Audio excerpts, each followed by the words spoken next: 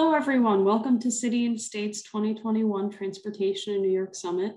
I'm Kay Dervishi, an associate editor with City and State, and I'm excited to welcome you all to today's event.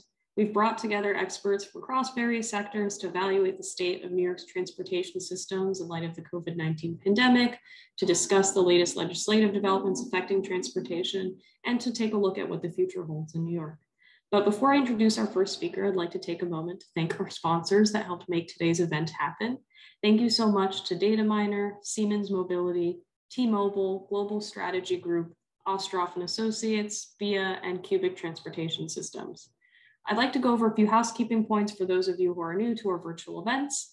We have a wonderful chat box so you can communicate with other attendees in today's event. Please just make sure that whatever messages you send, that you're sending them to everyone and not just the panelists, so all attendees can see what you're saying. And if you have any questions that you'd like to see our panelists today address, there's a Q&A box at the bottom of your screens that you should submit your questions into. Any questions you might submit in the chat box might get lost as the conversation gets going. So please be sure if you want your questions seen to put those in that Q&A box, and our moderators will take a look at them and try to get to them as time permits. And if you prefer to watch this event using captions, please be sure to watch the webinar on our Facebook page, which is linked in the chat where we are live streaming today's event. And with that, we first up have Henry Gutman, the Commissioner of the New York City Department of Transportation, who has some pre-recorded keynote remarks to share.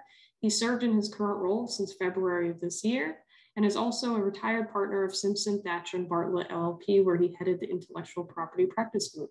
And with that, let's go and hear Commissioner Gutman's remarks.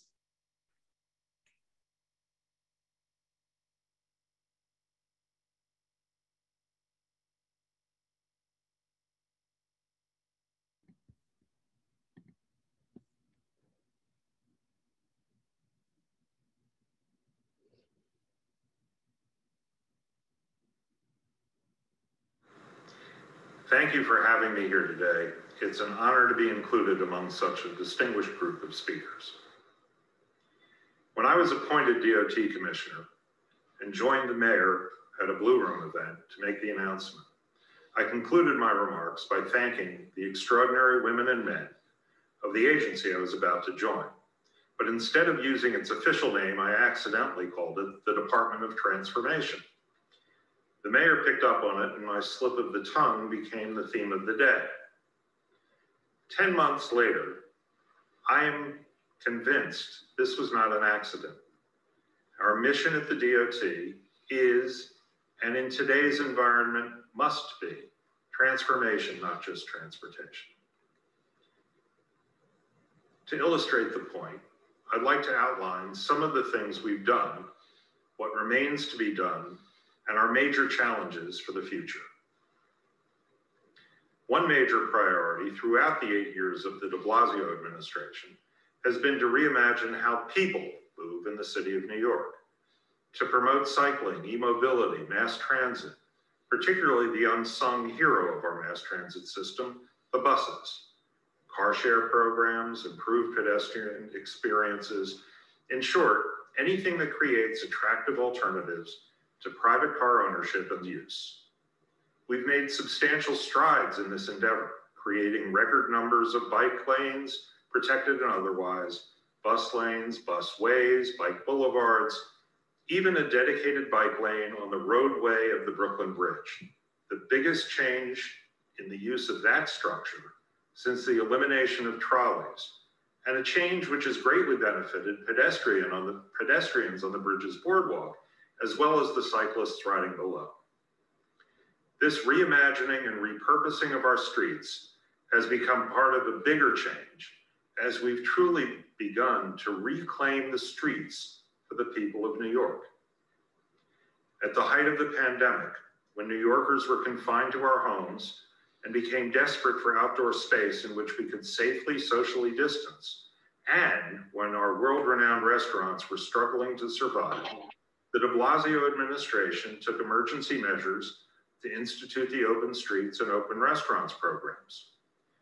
What we discovered as a byproduct of the pandemic was that New Yorkers hunger to use our streets, not just for transportation, but as outdoor space in which to gather, to play, to learn, yes, to eat, and to be entertained, using our streets as other major cities in Europe and elsewhere have for generations. Sometimes innovation is not just a matter of coming up with something novel or new. Sometimes it just involves taking an existing idea from elsewhere and adapting it for use in New York. This is a good example. This year, we've made the Open Streets program permanent, and the administration has provided the necessary resources going forward to ensure it's available in all neighborhoods that want it, not just those with well-financed bids or community associations. We're in the process of doing the same with our Open Restaurants program and look forward to the City Council passing the necessary legislation as we are hard at work developing regulations to make sure that our outdoor dining establishments are clean, safe, and respectful of their neighbors. We're committed to getting this done this year. One thing all of these initiatives have in common is that they change the uses we make of our streets as we carve out space to be dedicated to bikes or buses or outdoor dining structures or to pedestrians or open use, structured or not. But remember, our streets themselves are not getting any bigger. Think about it. Something has to give. One obvious answer is the private car. That, after all, is an objective of all our efforts to create more and better alternatives. But we also need to be realistic here. There are areas of the city that look more like the suburbs of New Jersey or Long Island than like Manhattan or downtown Brooklyn or Queens, and where public transit options are likely to remain limited despite all our efforts. We're not going to eliminate private cars there completely or elsewhere in the foreseeable future. That's why it's imperative that the remaining cars be electric. Detroit knows it, so do Washington and Albany. But how do we make it a reality in New York City? That's why we've launched a major initiative to create the charging infrastructure necessary to make ownership of electric vehicles a viable answer, not just for the Tesla owners who rent space in fancy garages with available chargers, but for people like the young couple who plugged their Nissan Leaf into the first curbside charging station we installed in the Bronx, delighted that they no longer had to run an extension cord from their apartment to the street. Think about it. That's who we're looking to provide access to. When I became commissioner, the DOT had a pilot program in place to install 120 curbside chargers over a 4-year period. Unless we were planning to charge submarines, this clearly was insufficient. So we announced and commenced this summer a dramatically more aggressive program to put thousands of chargers on the streets of New York, and we've installed the first public DC high-speed chargers in city parking garages, with many more to come. See our Electrifying New York plan, which we published in September, for the details. We have no choice but to turbocharge our efforts if we're going to meet the long overdue targets for carbon neutrality. Climate change is real, it is now, and 15 years after Al Gore sounded the alarm, and particularly after the extreme weather this past year, anyone who doesn't understand this is an existential threat should just get out of the way. We do not have time to waste. Now, everything I've mentioned so far is well underway, and we've just released our streets plan, laying out a draft roadmap for advancing the cause in the next 5 years. That plan highlights a few lessons we've learned thus far. For example, while everyone likes to measure bike lanes and bus lanes and open streets by calculating miles, and the streets plan does so as well, we also point out that miles are not the only or even the best metric. Impact matters more, whether measured in terms of the number of bus riders whose daily lives are improved, or the fact that a particular bike lane is key to completing a greenway network. We also point out that street redesign is not a one-size-fits-all exercise. When we do public outreach, we must listen as well as speak to the affected communities and accept the very real possibility that they may know things about their neighborhoods our experts don't, and we need to be prepared to modify our plans accordingly. And of course, all of our efforts depend upon the financial and human resources and the political will to make them a reality. But what's missing from everything we've discussed so far?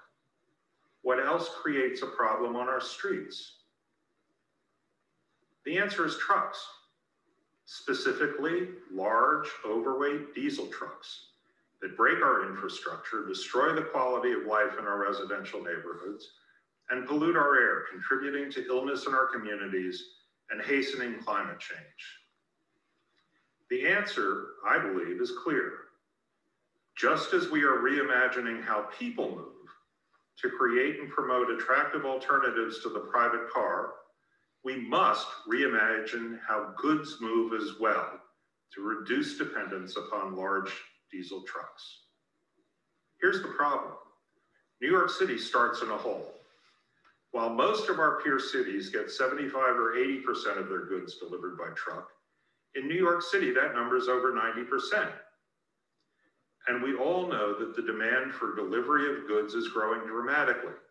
The rise of e-commerce and the fact that we all now shop via our computers or phones and expect the goods to show up on our doorsteps. Some of you may be shopping right now as you're watching this program. That has had a huge impact, and the pandemic has only accelerated this shift. There is absolutely no evidence suggesting that this trend will slow down or reverse itself anytime soon. The problem presents itself in three different ways. First, the methods used to bring goods to New York City. Second, the methods used to deliver goods to your home or business, what's called the last mile, or in New York, what may be 10 miles. And third, all those oversized trucks that have no business and no reason to drive through Brooklyn and Queens or the Bronx, except to avoid the tolls on the New Jersey Turnpike, even if that makes the trip longer and slower. Given the competition that already exists for our limited roadway space, does anyone actually believe that accommodating more and larger trucks is the answer? Obviously not. Let me provide some specific examples of where the problem manifests itself. A few years ago, before joining the government, as a member of the expert panel on the BQE, when our panel sat down with the DOT to consider what could be done with this troublesome road, as we discussed our ideas and those generated by various elected officials in the community, we were repeatedly told that we could never do this or that because the BQE was, quote, the only truck highway through Brooklyn, close quote. As a longtime Brooklyn resident, this puzzled me. I knew that Brooklyn yearned to have an NBA title for our Nets or the return of Major League Baseball, but I had never heard anyone in the community say that what we really, really needed was a truck highway or more than one truck highway. A few details about this roadway. The highway, particularly the triple cantilever, which has attracted the most attention, was built 70 years ago to accommodate trucks as heavy as 70,000 pounds, then the legal limit. Today, after decades of corrosion caused by salt and water, eating away at a concrete and rebar structure, the legal limit has been raised to 80,000 pounds, and we have determined that over 20% of the trucks exceed that limit, some as heavy as 170,000 pounds, 100,000 pounds more than originally contemplated. Now, we've implemented a plan to reduce the weight on the structure, to rehabilitate it, to install enhanced safety sensors, and to use automated enforcement on overweight trucks as soon as the governor signs the enabling legislation. But something has to change as to how that road is used going forward. Now let's fast forward from the expert panel to a few weeks ago, when I had the privilege of joining Senator Schumer, Congressman Torres, and others on a street next to the Cross Bronx Expressway, as the senator and congressman announced all the changes the federal infrastructure bill would make possible with regard to that shameful part of Robert Moses' legacy, beginning with the RAISE grant enabling the DOT to conduct a community study on what should be done. The theme of their remarks was the problems posed by oversized diesel trucks, not only on the expressway itself, but on the surrounding city streets, where many of them are not even legal. The complaints were familiar: unusually high asthma rates and pulmonary illnesses in the surrounding communities, damage to the physical infrastructure, and the destruction of the quality of life in the surrounding communities. And as if on cue, some of the aforementioned trucks showed up next to us to drown out the speakers. The problem isn't restricted to our highways. It exists on our streets too. What New Yorker has not personally witnessed the oversized truck on a residential or small local commercial street trying to navigate a turn at an intersection and getting hung up on a parked car or utility pole, or crowding out the pedestrians standing on the sidewalk? We pay much attention, as we should, to the dangers cars pose to pedestrians and cyclists. What about the trucks with their limited visibility and maneuverability? As I've toured various neighborhoods around the city with local elected officials or community groups showing me problems they wanted the DOT to fix, it never fails that we always witness such a scene where a truck gets hung up trying to make a turn. Now, we at the DOT have actually designated streets where trucks up to a particular size are permitted, and they are not permitted elsewhere unless directly en route to a local delivery.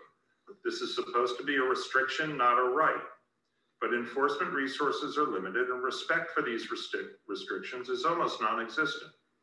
As we add bike lanes, busways, open restaurants, etc., to the mix of uses of our streets, something has to give. So what's the answer? Unfortunately, there isn't just one. There is no silver bullet. But there are a number of different things we need to do, and then we need to do more.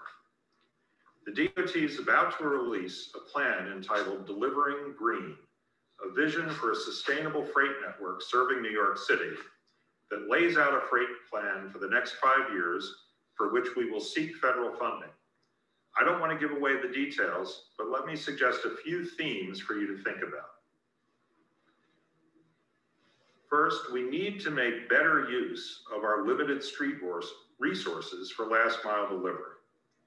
We need to enforce our existing laws and enact others to keep large trucks where they belong. Local deliveries by truck should be handled with small electric vehicles, not tractor trailers.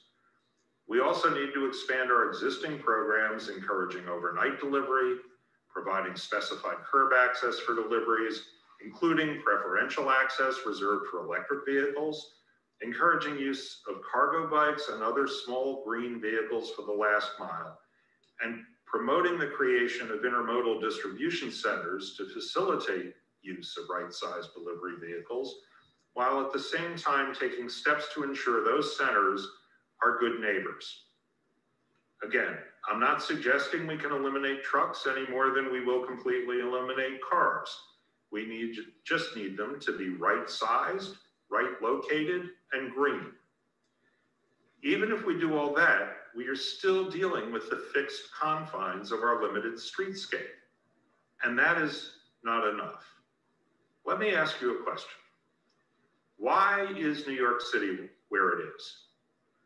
Why isn't it in the Catskills or Vermont or somewhere else?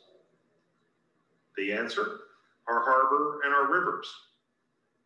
Next question. What were New York City's original highways? Same answer, our harbor and our rivers. I hung a 19th century print of New York Harbor and Manhattan in my conference room at the DOT. It shows the city before there were any bridges and when church steeples were the skyscrapers defining the skyline. In the foreground was the East River, full of commercial vessels of all shapes and sizes. As a reminder to my team that those waterways were our original highways, and they need to be again. Now, thanks to the mayor, We've now reclaimed our rivers for passenger traffic with the ferry system. But when it comes to freight, the only cargo we ship on our marine highways is trash and treated sewage. Let me repeat, the only cargo we currently ship on our marine highways is trash and treated sewage. Our rivers and other waterways are uncrowded, and they touch all 5 boroughs as well as our neighbors in all directions. What a wasted opportunity. This has to change. Similarly, we don't make adequate use of our existing rail lines and right-of-ways for freight. Building new lines may be difficult given the density of development in the city, but that's no excuse for failing to make optimal use of the resources we have. These ideas are not pie in the sky or moonshots. They are just good ideas being employed elsewhere in the world that New York hasn't implemented yet. And if we're worried about proof of concept, we're inclined to tepid experiments with pilot programs, unwilling to accept as evidence successful models in other cities, let me suggest another reason to believe these ideas are worth pursuing.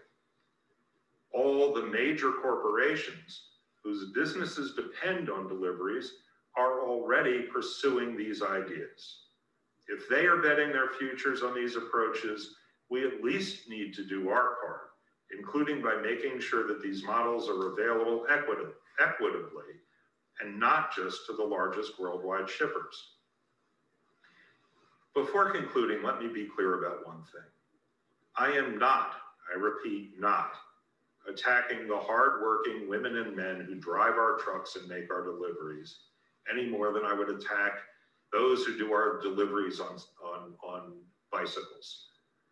They are frontline workers, and their efforts, particularly at the height of the pandemic, deserve our respect and gratitude. Neither am I condemning all the trucking firms, many of whom are responsible players and respect our laws, and some of whom, like Manhattan Beer in the Bronx, have been champions of our green truck program. Rationalizing our delivery systems for the future ought to create new and better opportunities for everyone. But we are at a moment in history where we must take bold and transformative actions. Infrastructure Week is no longer a punchline for the jokes of late-night comics. The Biden administration, with the support and leadership of Majority Leader Schumer and the rest of our amazing congressional delegation, has made investment in our infrastructure an urgent national priority. We cannot afford to miss this once-in-a-lifetime opportunity. And that is why we are, and we must be, the Department of Transformation. Thank you.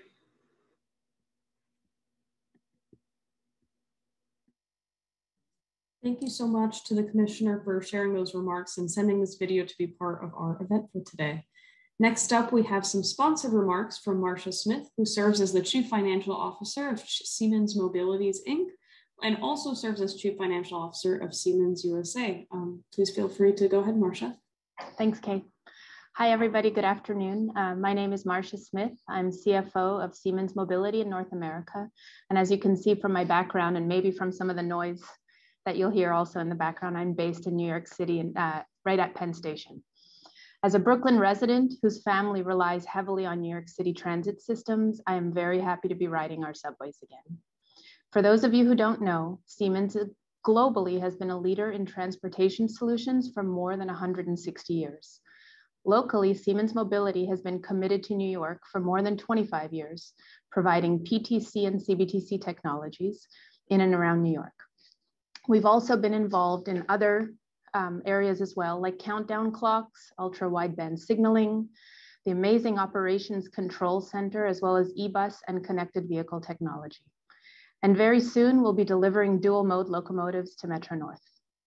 These solutions are built at our 8 manufacturing locations throughout the US that have been delivering Buy America compliant trains, signaling systems, and electrification solutions to 35 transit agencies for decades.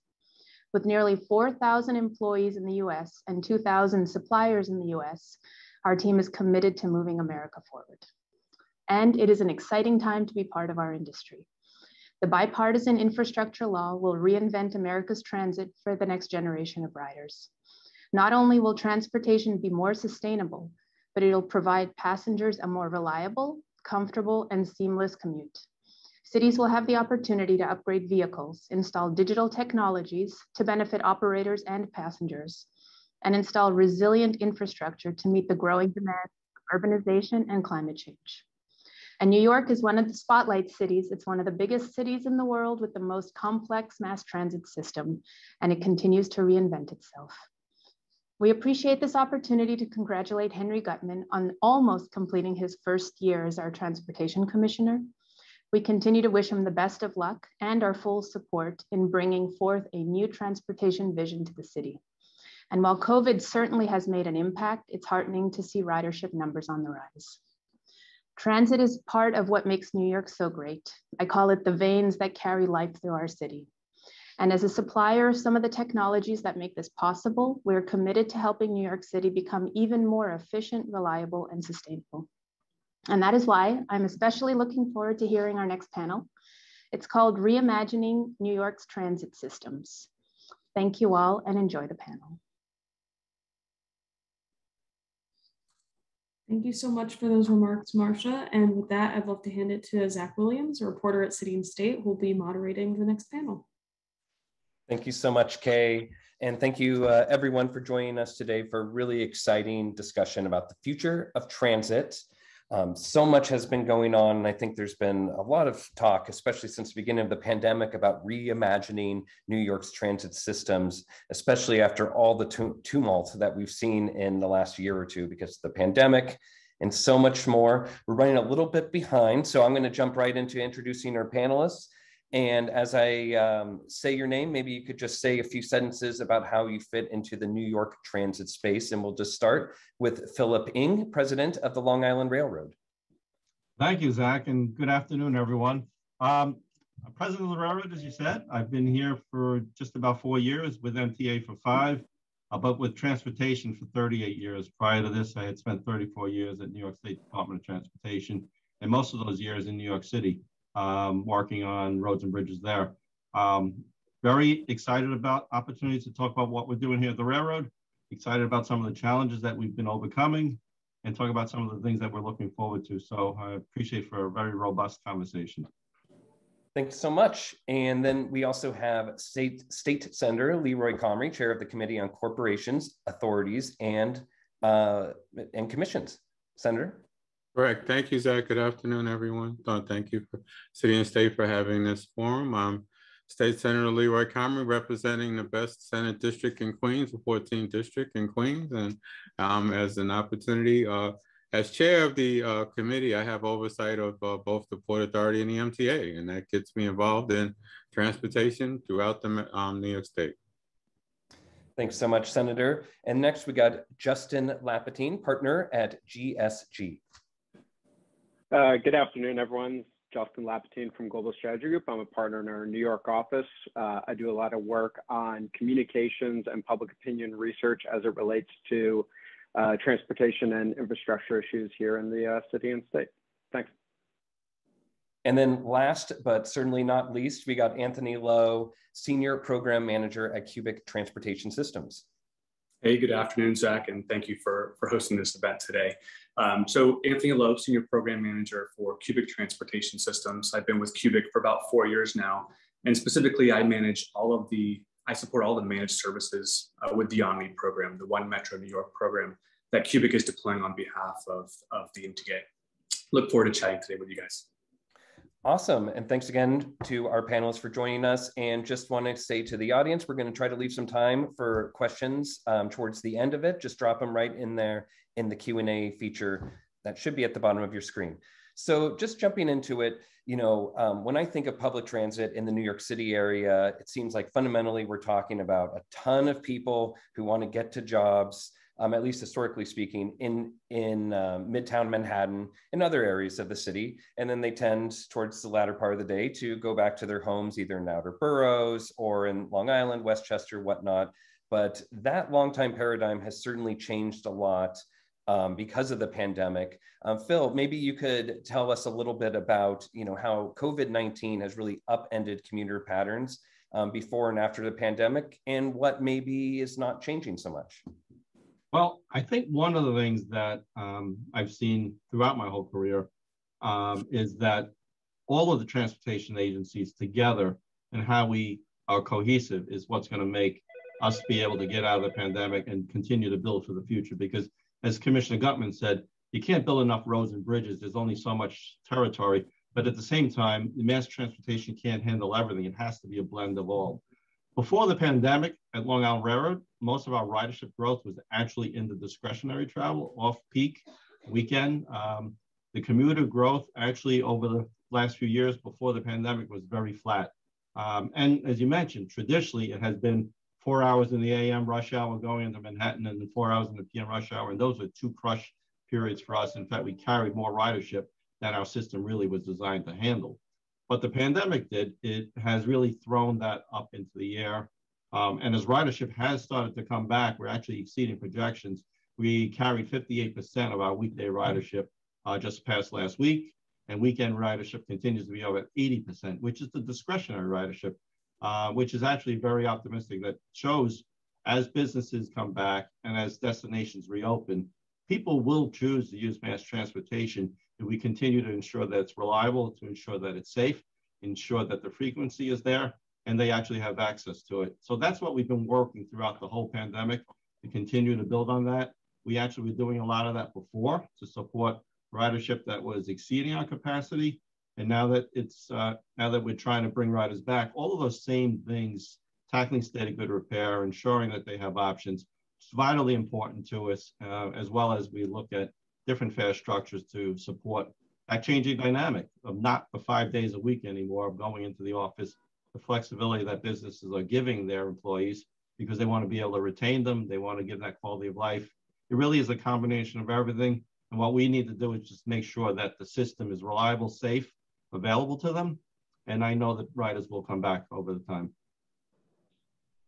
Well, that's super interesting. Something that also strikes me just as you were speaking is that, at first, because of the drop in ridership, there was a real sense of like, how do you stave off like complete disaster, right? Billions of dollars of revenue lost, all these capital projects up in the air. And then fast forward like a whole bunch of politics and many months later, and now there's kind of, the MTA and the city and the state are in a relatively good financial position compared to earlier in the pandemic. Senator, I was hoping maybe you could provide a little bit of insight into how this infusion of federal money really can help facilitate the modernization of commuting and kind of ensure equal access to trains, commuting, and everything else. Well, we have to, as a state and as individuals, make sure that all of the federal dollars, all of the dollars that have been given to the MTA are being spent efficiently. And one of our tasks as elected officials is to regularly meet with the MTA to get an update on how they're spending their dollars, where they're spending their dollars, tracking their projects. And we've been pushing for more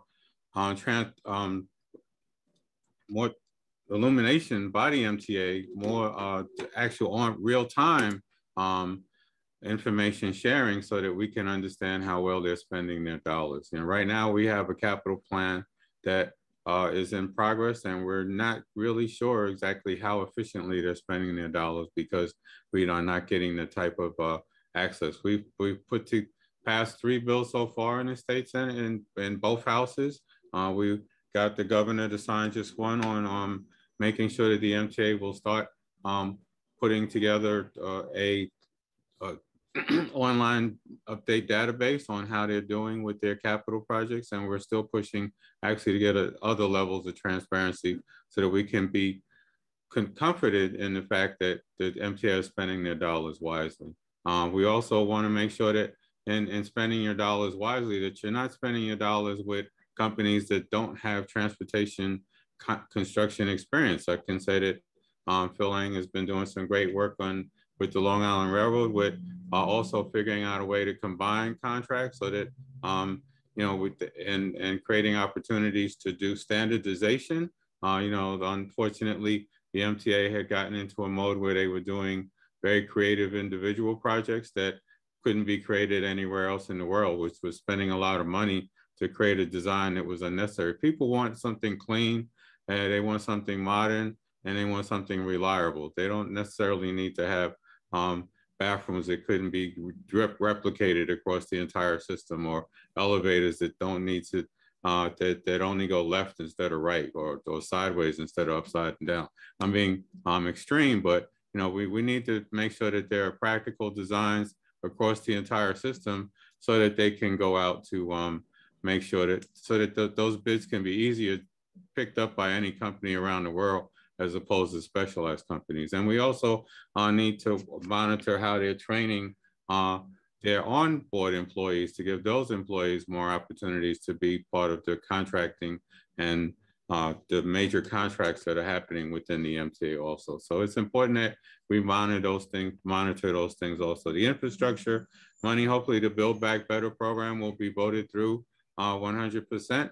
And the MTA will get that money, and then we all have to work together to make sure that that money is being spent wisely. There was an interesting point that you made there, what people want. You know, the pandemic has really changed, I think, how a lot of people are thinking about, you know, how they work and how they commute, and, you know, whether they should have a car or ride a bike.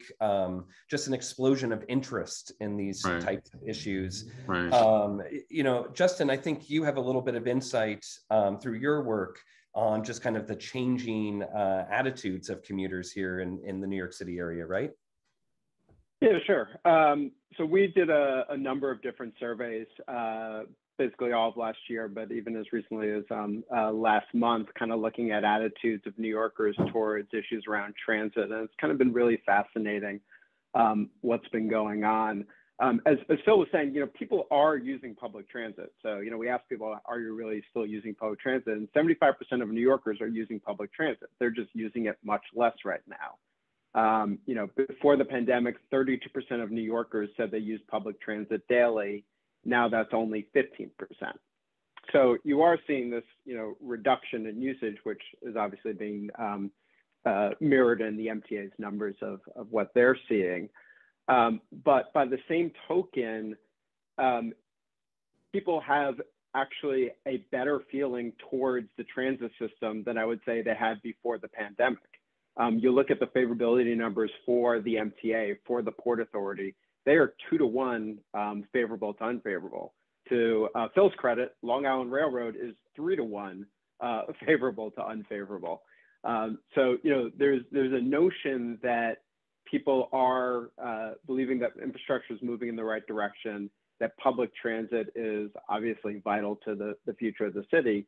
The challenge is really, how do you get people back onto it? And you know, this all comes back more than anything else to what is the future of work. We did a survey in the spring where we asked people who are working remotely, do you anticipate going back into the office? Do you want to go back into the office? And in the spring, about 50% of people said, I would like to continue working remotely permanently. That number has now risen to 2/3.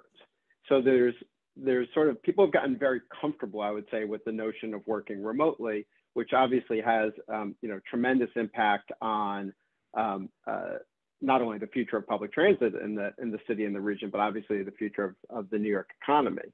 So, you know, first and foremost is, how do you get people back to work? Now, you could say that's not quite in the realm of, you know, the ability of the transit system to bring people back to work is not really kind of the most prominent thing. It's what our employer is going to do.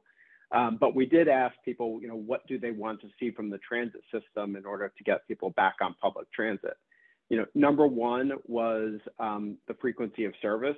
And I think, to the MTA's credit, they kept service up even when the numbers went down, to give people confidence to get back on trains, because you wouldn't have the crowding. Number two is obviously thinking about fares differently. You know, a lot of people who used to get the monthly commuter pass are not getting the monthly commuter pass. So how do you create interesting fare options for people? And then third was actually more police in the subway. You know, the notion of crime in the transit system is one that has become more, I would say, elevated in the last few months. Well, those are all super interesting. And, you know, one wide kind of meta phenomenon with COVID-19 is how we've seen things that weren't so popular beforehand, like video conferencing, are now just like matter of course or desirable in ways that we wouldn't have anticipated. And I would imagine that's something that we're going to see in the upcoming years that's really like going to fundamentally change commuting from a commuter standpoint is the Omni system. You know, few things are more definitive of the frustration of being a New Yorker than, you know, being late, rushing to the subway station and not being able to swipe in quickly. You know, you confidently swipe, but you get it wrong, or you don't have money on it because it's the, you know, 31st day of the month or something, whatever it is. You know, that's something that I think the MTA has invested a lot of resources in changing through the Omni system, where your smartphone essentially becomes your ticket. What is this all about, Anthony? Could you explain a little bit? I would just jump in before we get to the Omni system. And, you know, we're talking about the future of transportation. I do want to take some umbrage with, you know, what MTA thinking. You know, we need to rethink the whole focus of, you know, what will bring people onto the subways and onto the MTA entire system. How do we realign our buses in Suffolk County and the Metro North region to ensure that people can go straight to those stations in that area? How do we work to create a successful program like the Atlantic ticket that has happened, which has increased ridership along the corridor to the Brooklyn station, Brooklyn terminal? How do we make that a system-wide improvement?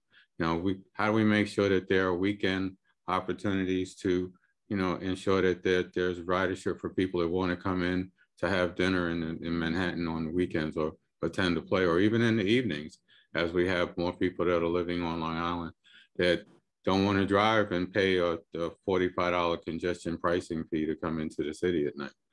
You know, so I think that, and the biggest thing that we need to do is to work on fare reductions across the entire system so that we can increase ridership and bring up numbers as well. And then, you know, I saw one person said that I hadn't mentioned Accessoride. Now that's a different category of transportation mobility, but it's been proven that accessorized systems that work under the Uber platform are much more successful what the MTA is trying to offer now. So those are things that would definitely increase ridership throughout the system, utilizing Omni, which hopefully would be one card throughout the entire system, working through Metro North and all the other bus and transportation systems to make that happen. Sorry.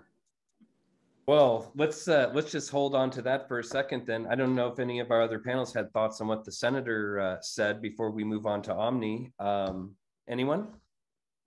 Well, Zach, let me just say what we've been working on here at Long Island Railroad with regards to accessibility for riders, getting to and from stations, as well as accessibility for all riders that maybe have other needs.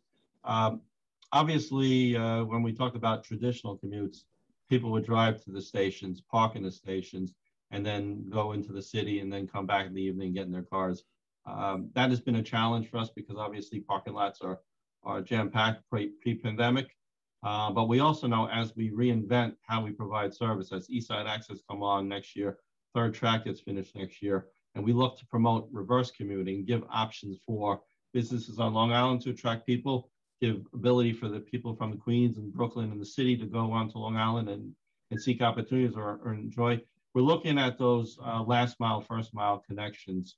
And one of the things that we partnered with, and there's an application with a company with regards to electric buses to look at that possibly being utilized as a last mile option. It's a building off of what is being done at Elmont Station, where they're going to be providing bus shuttles, and they're electric bus shuttles, but there's capacity because then there's non-events, those shuttles are available for us.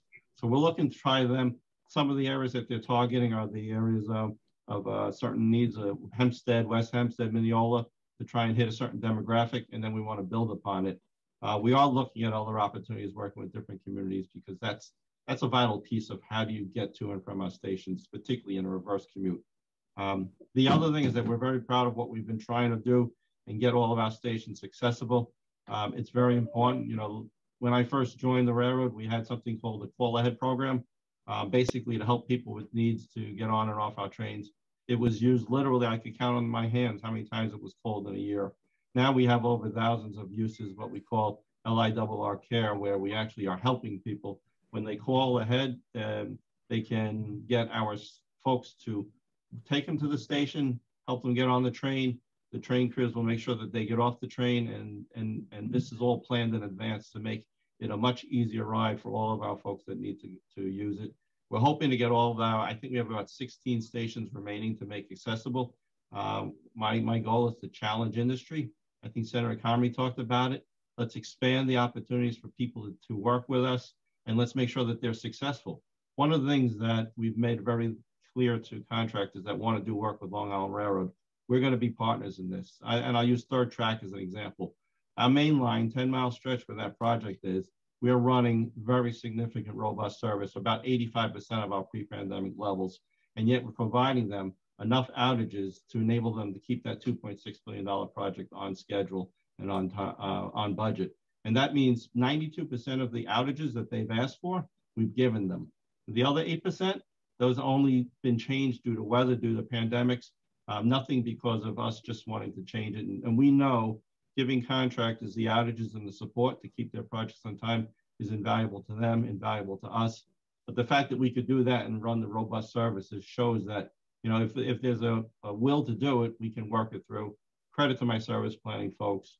But there is a lot of work ahead. You know, despite all the aid that we're looking for, we do need to find ways to be cost effective, as the Senator said, because beyond that, those federal dollars, we need to make sure that we find ways to continue to reduce our operational costs. It's something that is vitally important for the success of the MTA and our ability to keep providing service in a reasonable manner for all of the riders. One thing before we finally get to Omni that I wanted to follow up with you, Phillip, that's just something that was interested with me is with the Omni system, with the smartphone basically being, you know, how might that better integrate the different parts of the MTA in your view? You know, the Long Island Railroad is part of it, you know, Metro North, the subway, there are all these different systems. And of course, there's physical impediments to, like, say, you know, the trains working together, but certainly, why can't we pay one fare for all of them? Is that something that's going to be in the near future?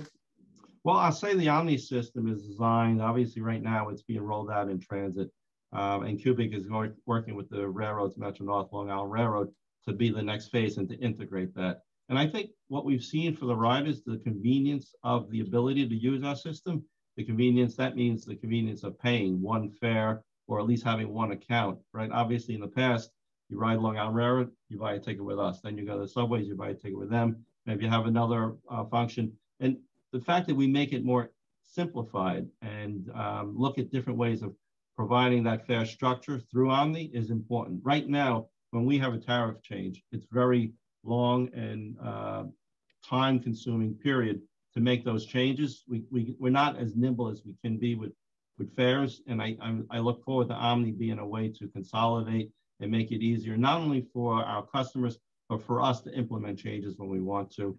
It's vitally important. You know, the folks that are looking for the system to serve them shouldn't make it harder for them. And the less confusion, the less features, and particularly if it's in a device that's in your hand that most people have, it's going to be vitally important for the convenience as we move forward.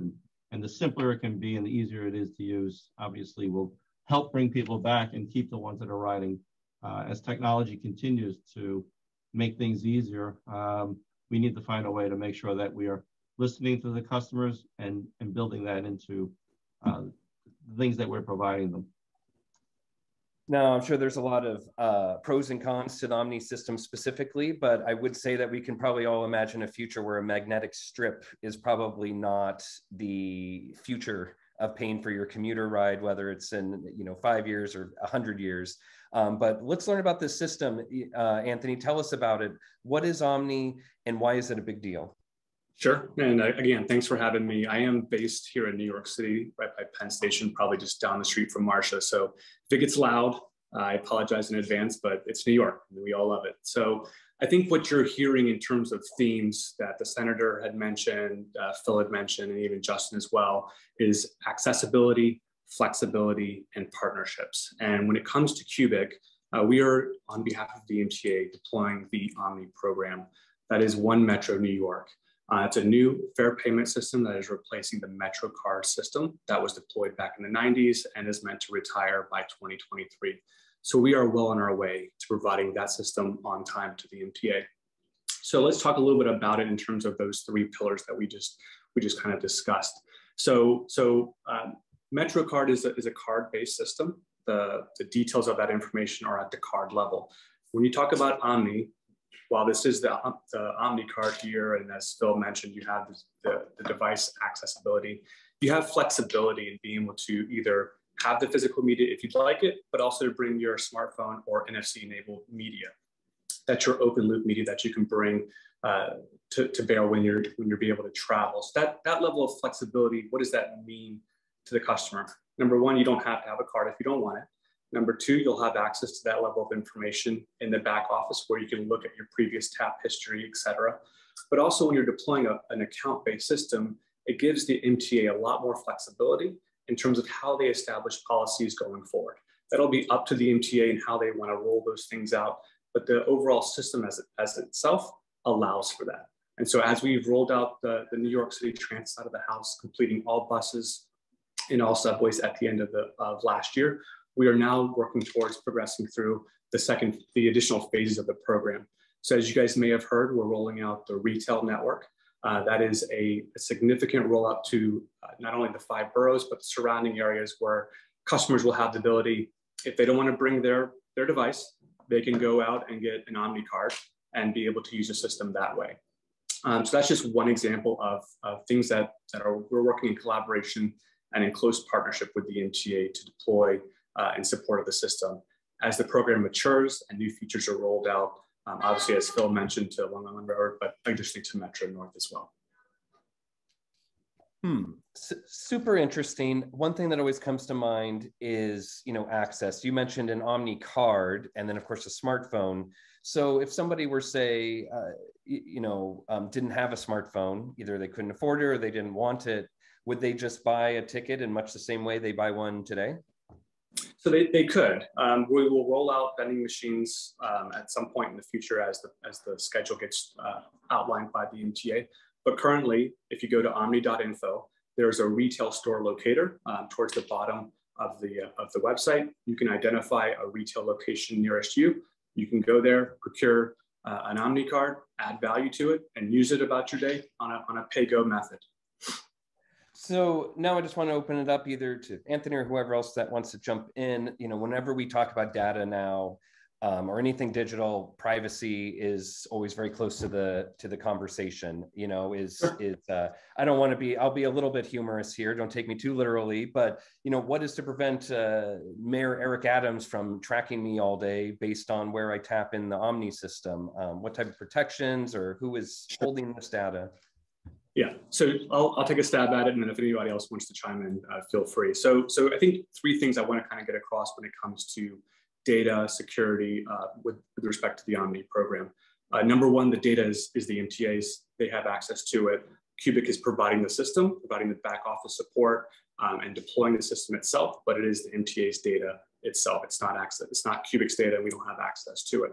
Secondly, the actual program itself is deployed using point-to-point encryption and PCI standard methodology. So that is really the highest standard that you can deploy a system. It's specifically, I think this is the only one that's able to reach that highest certification within the transit fare space.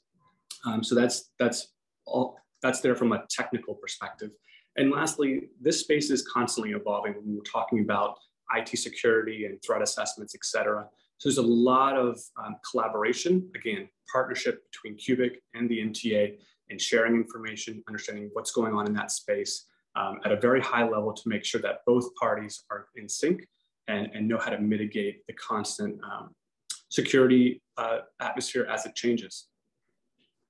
Senator, I'm kind of curious what your thoughts were on this. Any possible privacy concerns from a legislative standpoint, or just issues you would want to highlight that affect transit in the upcoming session? I don't have the major concerns about any loss of data. People have concerns about that across the spectrum, but I think that most people's information have been well protected by the MTA so far. I'm not that concerned about it. I mean, I just read somewhere that Amazon, their entire site went down today. So, you know, I have those folks that are interested in, you know, protection of data, you know, I think that those are concerns that the system will build it around. I just wanted to correct 2 errors that I made. I said $45 for congestion pricing. I didn't mean 45. I'm hearing numbers from $15 to $30 maybe for people to come in for the congestion pricing area. And also with the accessibility, I'm not saying that the MTA should give up accessibility and I've been advocating for the MTA to do more accessibility with the Uber type system inside the vehicle so that they can be more accessible and flexible, be able to pick up passengers. So I just wanted to clear up those 2 mistakes that I saw in the chat. But what I think for the future of the MTA, and you know, we got to do more to make sure that we are building out our stations so that the viability and the ridership is affordable to all. We have to get a fair elasticity study and make sure that we start to put rational economic principles that would lower fares and spur ridership. We have to, and we know that that'll show increased fare box revenue. Our own research indicates that our states, localities, and other countries have increased ridership with lower fares, including Boston, Washington, and Oregon. Studies from MIT and also the Permanent Citizens Advisory Committee has shown that this has worked. And as I said, the Atlantic ticket has shown that it's working within the MTA system also. We clearly need to do more for last mile solutions or rational map bus routes and alternative transit modes, and a guarantee that the system will get you into your destination, not 6 blocks away from it. We have to make sure that we also work to do a Suffolk County program to focus, as I said earlier. And you know, we have to work with all of those businesses in the city and throughout the state as well that are looking to make sure that we do things to redesign stations that can ensure that the stations are world-class, that they meet the needs of everyone from the paratransit community to the business community, so that they can be accessible, that they can have the modifications necessary to shelter riders from the elements, making sure that buses are working with speed and proficiency, and just that also we are working to ensure that the oversight of the MTA, that their level of transparency is increased so that we can be assured that they're spending their dollars wisely. So, you know, I think that the future of transportation is critical. How we support the larger transportation projects that need to be done, you know, such as the pet project that Congressman Nadler has been working on for a while that would definitely improve truck traffic. How do we improve truck traffic and truck traffic flow throughout the city? Because if we clog up the streets, you know, we do raise asthma in different areas as well. So we have to be consistent in how we handle that as well, so that we're not creating more asthma clogs throughout the city and state. You know, areas where we're going to have higher rates of asthma because we have people idling in traffic as well. You know, hopefully we'll have more electric cars on the street in time, and hopefully we can do other things to ensure that we are making sure that the transit flow is more in sync with our real needs of our consumers and our riders, because a lot of people are not going back to work, but a lot of people will be going into the city for entertainment. A lot of people won't be, and a lot of people will be reverse commuting from Long Island from Manhattan rather, to Long Island for entertainment purposes and dining purposes as Long Island continues to grow. So we have to be able to embrace all ideas so that we can get this done. We have a whole bunch of audience questions rolling in. I'm going to combine a bunch of them into to just basically a question for all of our panelists, besides the senator who spoke to this a little bit. You know, why can't we just make transit free, or at least much less expensive? Anyone want to bite? we need to, I would again, we need to make sure that the business and community is more invested in transit. We need to resubmit our claims to the federal government for our allocations because they've been frozen for the last 20 years, and it's not fair to New York State, even the allocation that we get in reimbursement for transportation. So, all those things need to be put on the table and boiled down to do the fare reductions, but also, in order to improve ridership, we need to make sure that there's more accessibility to the entire MTA network through this system. And, bus realignment is a big part of that. Better accessibility for handicapped folk who are now working in larger numbers than ever is a big part of that. Making sure that the stations are running efficiently is a big part of that as well. Improving the ability of the MTA to do their daily maintenance is a big part of making sure that there's efficiency. It's a one big sausage that has to be put together, but a big part is our federal reimbursement has been frozen for a while. Hopefully we can get that done. I don't think it'll happen next year, but hopefully after the midterms, and we can retain a Democratic majority. Unfortunately, knock on wood, I have to put politics in, but in order to get these federal programs changed, we have to have a majority of people in both the federal levels of the Senate and the Congress that are really thinking about transportation in a real way. Anyone else have any thoughts? Well, the senator is absolutely right in terms of you look at the federal funding formulas and how much the MTA gets in federal funding compared to how much ridership of the overall United States is in New York City, and it is certainly lower than it should be. So that I think continues to have to be an area of focus. I think the whole notion of more dedicated revenue streams for public transit is a really compelling area. I mean, if you look at the whole conversation around congestion pricing, I think what ultimately made it really compelling to the legislature in order to support it and the public to support it was a notion that it was going to be a dedicated revenue stream to go towards improving public transit, right? The legislation was passed at a time when everyone was very focused on service disruptions. It was, the summer of hell right before then. And people could wrap their minds around, okay, if I may have to be paying a toll, but in return, we're going to improve public transit. We're going to get more people out of their cars and into public transit. I think, for the long term, finding additional forms of direct revenue for the MTA will allow it to certainly pay for its capital program on a going forward basis, but also, potentially to evaluate how much of its revenue is comes from fares to begin with. And, just to highlight that point, the MTA has already acknowledged in meetings that there's not going to be enough revenue, and there was supposed to be an out-of-borough fund that was supposed to come out of congestion pricing to make sure that the other MTA projects, accessibility projects are done.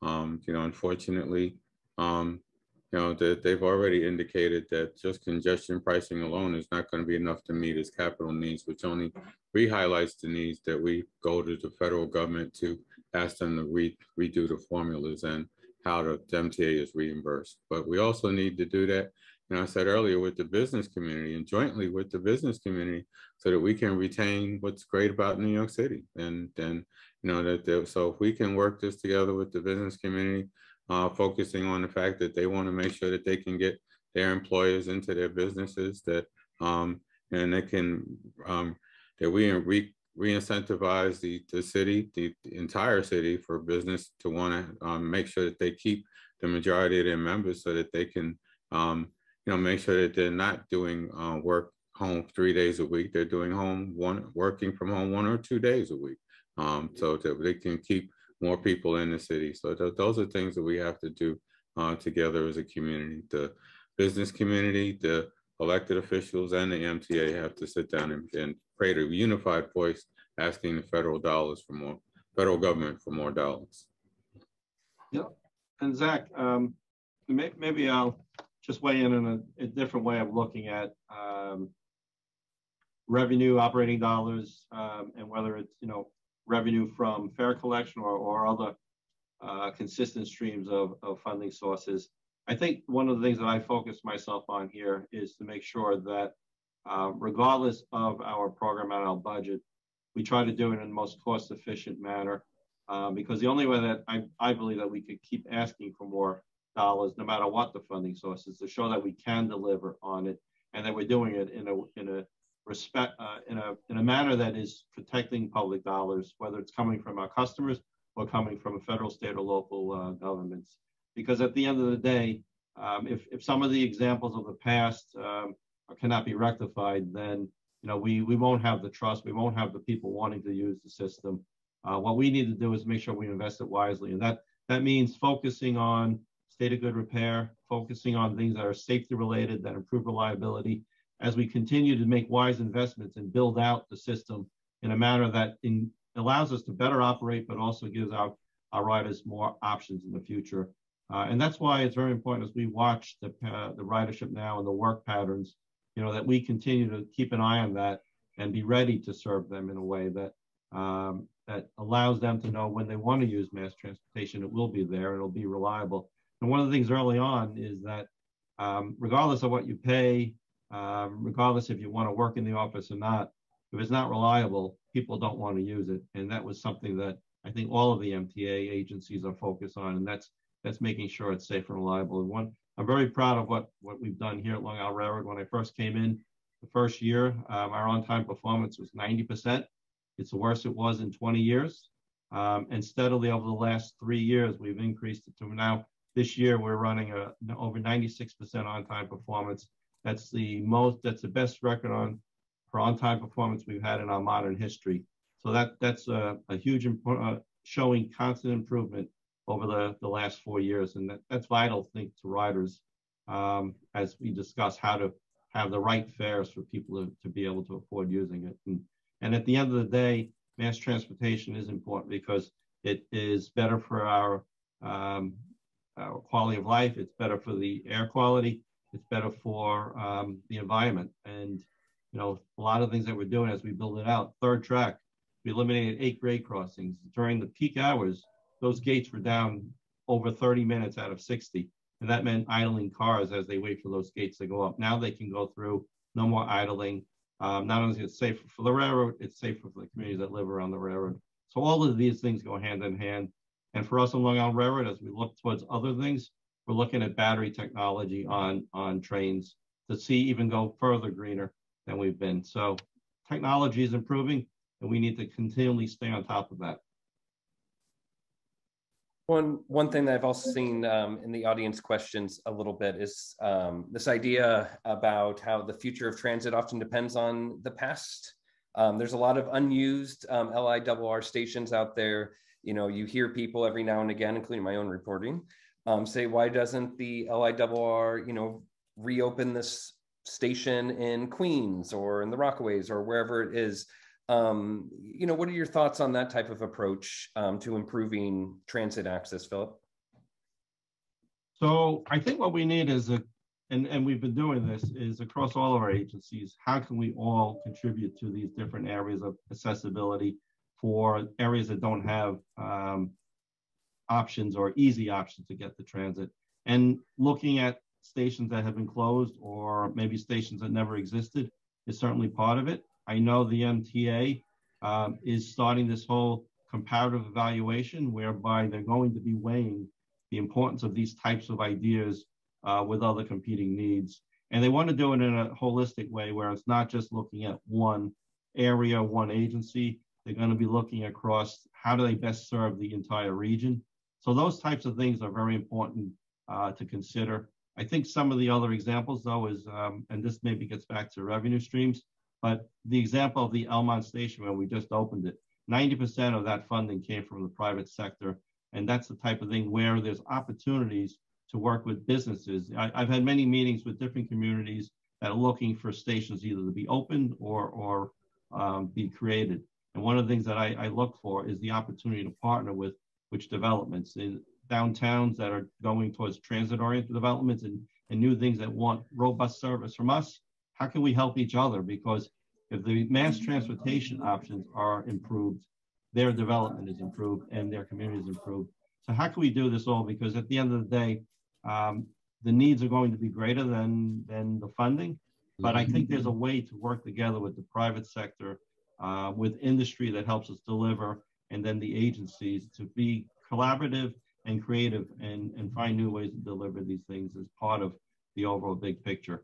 And what we're looking here is every time we do a project, make sure it doesn't preclude something that we're thinking about. You know, so areas, for instance, in my out east, my non-powered electric territory, if it's an area where we need to improve for the future, I want to make sure we don't just do a single project that precludes it or has to be undone when the time comes to expand.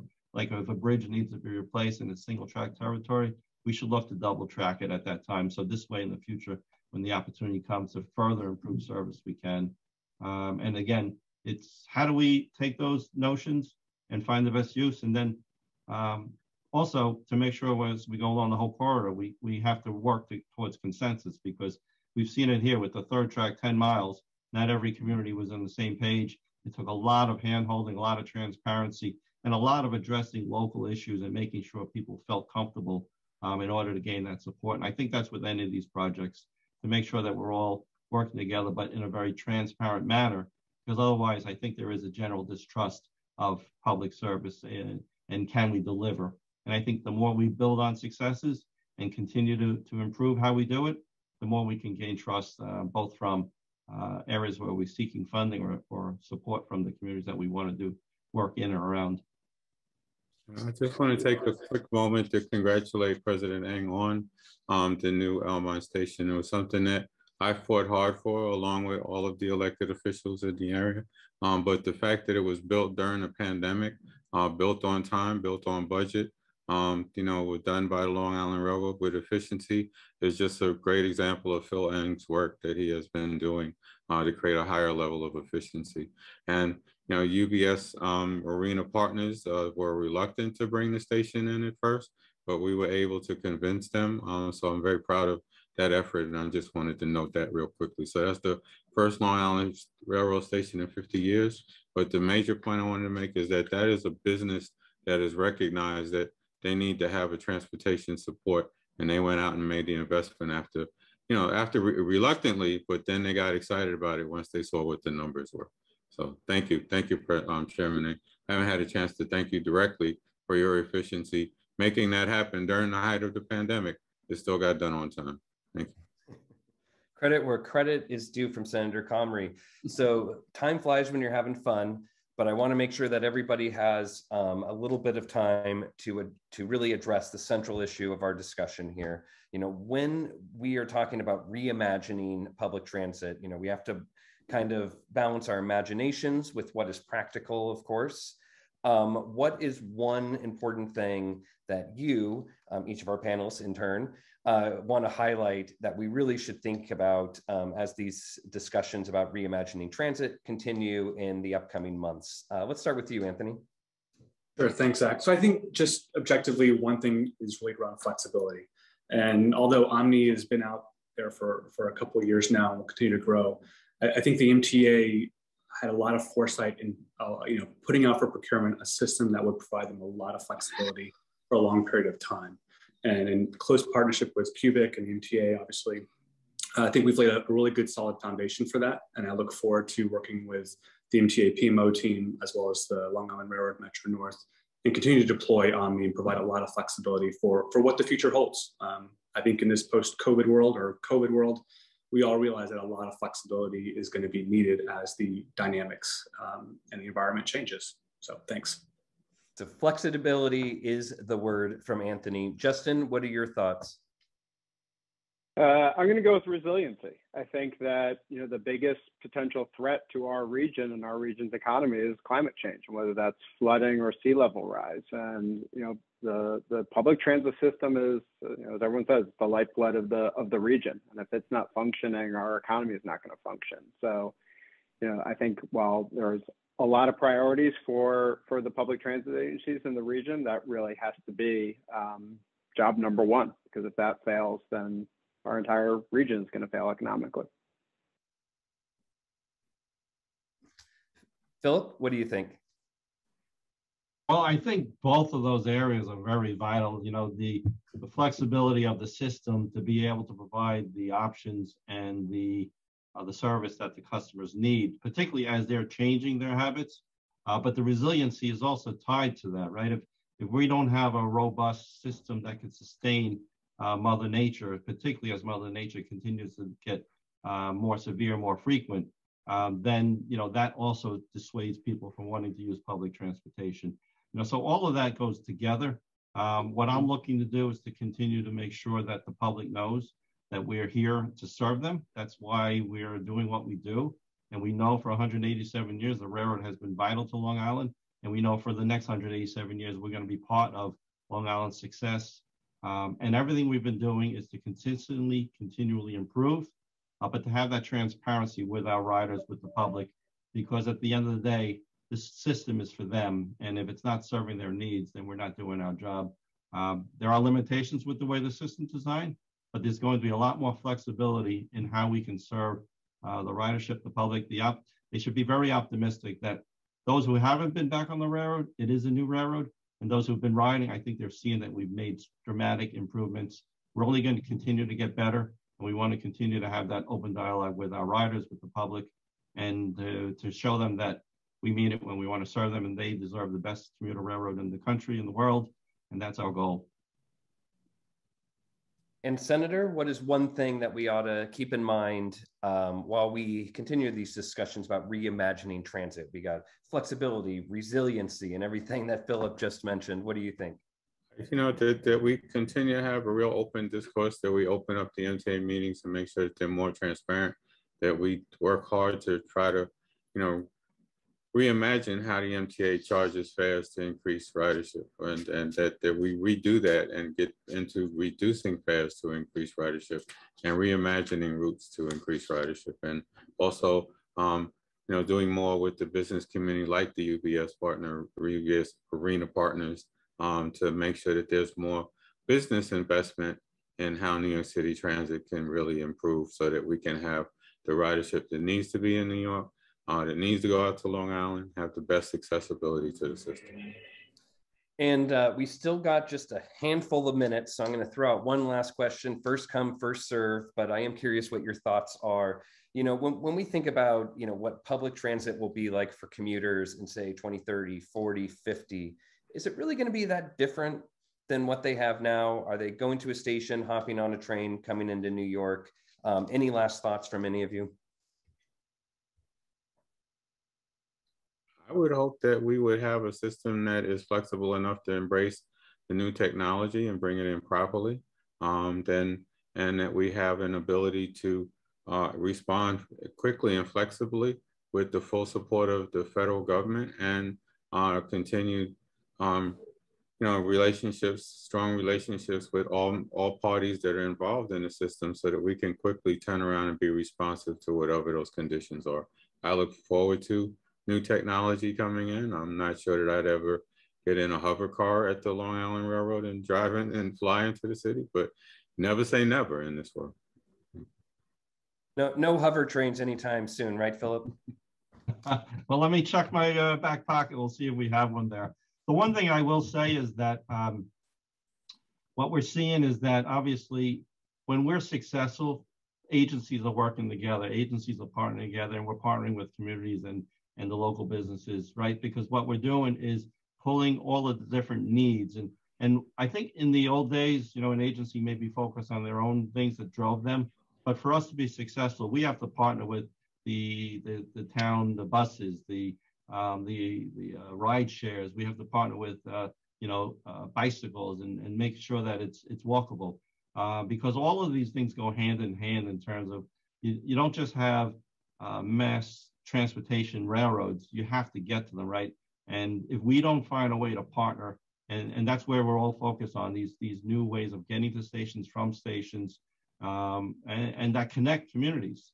But what I've seen is when we're successful, agencies are working together, and we know that we have to support one another, and it's not just our own needs.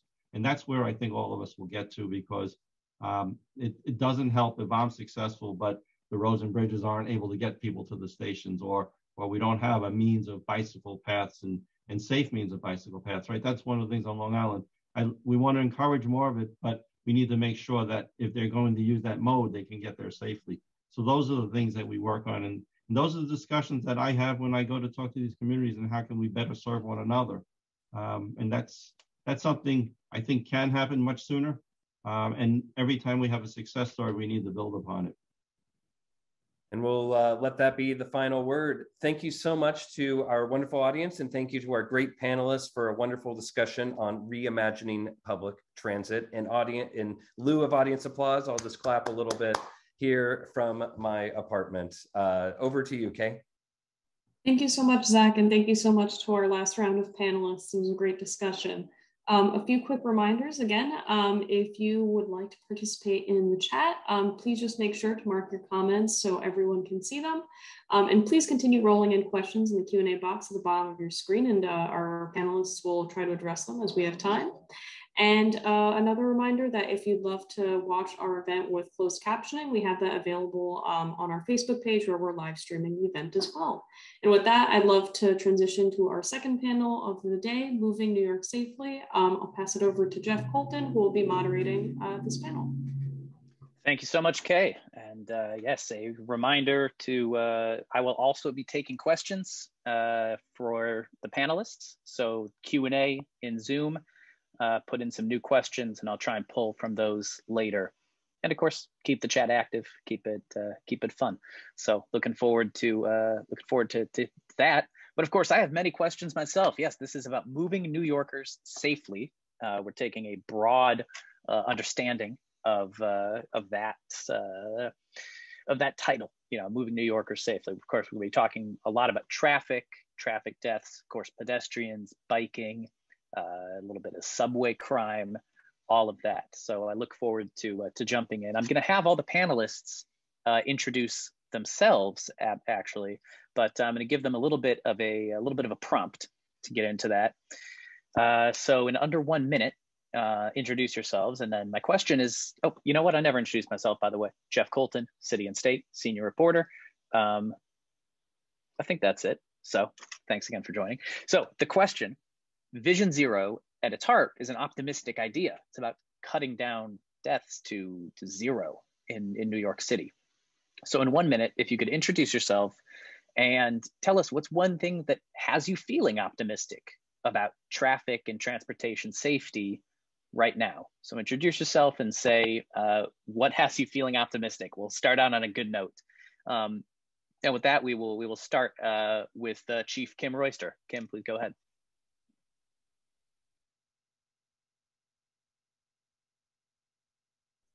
There we go. Good afternoon, everyone. And thank you so much for having me. I am delighted to be able to join you this afternoon to talk about safety, not only just safety, but traffic safety. Jeff, thank you so much for having me be the first one to introduce myself. So as I said before, I am the Chief of Transportation. My name is Kim Royster, and I am responsible for ensuring the safety of all road users that use our streets in New York City. I'm responsible for coordinating the NYPD's Vision Zero response. And that means that I'm responsible for communicating with all of our Vision Zero partners, which is Department of Transportation, TLC, MTA, and others. We look every day to decrease the fatalities that occur on our New York City streets. And Jeff, I think you said it more importantly, that you know, it is an optimistic concept, but we have to keep moving forward. One of the things that I like to say is that we were on the right track back from 2014 to 2019. And then, like everything else that happened in the city, the pandemic hit, and we really had to pivot. So some of the things that I will be talking about today has to do with the fact that, you know, we have to reset and we have to determine what is the best course of action to make sure that all of our road users are safe. You know, I am a dedicated public servant. I've been with the police department for 37 years, been tapped to lead the men and women in the Transportation Bureau last year during during the height of the pandemic. And it has been a challenge, but it's definitely been rewarding. I'm optimistic to know that the city is opening up, more people are coming into the city. So we want to really make sure that we are leveraging all opportunities to make sure that New York City gets back to where it needs to be. Thank you so much, Chief. Over to Tim Johnson from T-Mobile. Please introduce yourself. Yeah, thank you so much. It's a pleasure to be on this panel. So this moment, I'm coming to everybody live from a relatively quiet spot on the airport in Phoenix, the power of connected technology. I dwell in Detroit, which has its own kind of set of transportation issues and history, of course. My role, though, is this. I have the great privilege, I'll say, to lead a team nationally, finding connected solutions, sometimes called IoT or Internet of Things, specific to the public sector. So obviously state, city, higher education, et cetera. But again, super excited to be here. Back to your question, Pete, Jeff, I feel like it's a bit of a softball for me in that, seriously, what really excites me about Vision Zero and related is near ubiquitous, high speed, low latency connectivity. So 5G in a word, and I'll get into it more in our discussion, of course, but that's the reality is the technology now exists to provide, millisecond responsiveness to helping pedestrians and bicyclists and motor vehicle drivers to avoid one another. So more to come, but thanks so much for having me on the panel. Thank you, definitely. Over to Morgan Hitzig of Dataminer. Sounds great. Thanks, Jeff. So thank you to City and State for putting this event together. High five to Tim, as I'm also in Arizona for this panel, but typically a native New Yorker as well, based in Harlem. I'm the Senior Director for Strategic Partnerships at Dataminer, so currently focused on exploring new and different data sources for the organization. Just a little bit of background on the company. We have an organization that focuses on leveraging AI across about 200,000 publicly available data sets to break information in real time. And most specifically for this particular panel, that can be transportation accidents and also potential service disruptions. Prior to Dataminer, I actually worked at the NYPD, so I'm honored to be on this panel with all of you. How am I feeling optimistic? I think Vision Zero is inherently optimistic, but I also think in times of great disruption, like a global pandemic, we see a unique level of technological innovation, that opportunity to focus on making New York not just a great place for the tech industry. Dataminer is also headquartered in New York City, but also an opportunity for New York City's government to build on its current foundation and improve its own tech stack. So how can we effectively answer the question, how do we optimize our systems to improve the management of our environment? And we are in a really unique point in time to be able to do that.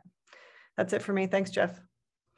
Thank you. I cannot be more excited about you two both being in Arizona. I am an Arizona native, and I think, yes, there's my old Arizona license plate that I'm blocking with my camera. So this is wonderful. A lot of love. Of course, I'm a New Yorker like the rest of us now, and so I'm excited to talk about New York, and in fact, hand it over to a very important employee of the city of New York, the Deputy Commissioner for Transportation and Management of the New York City Department of Transportation, Eric Beaton.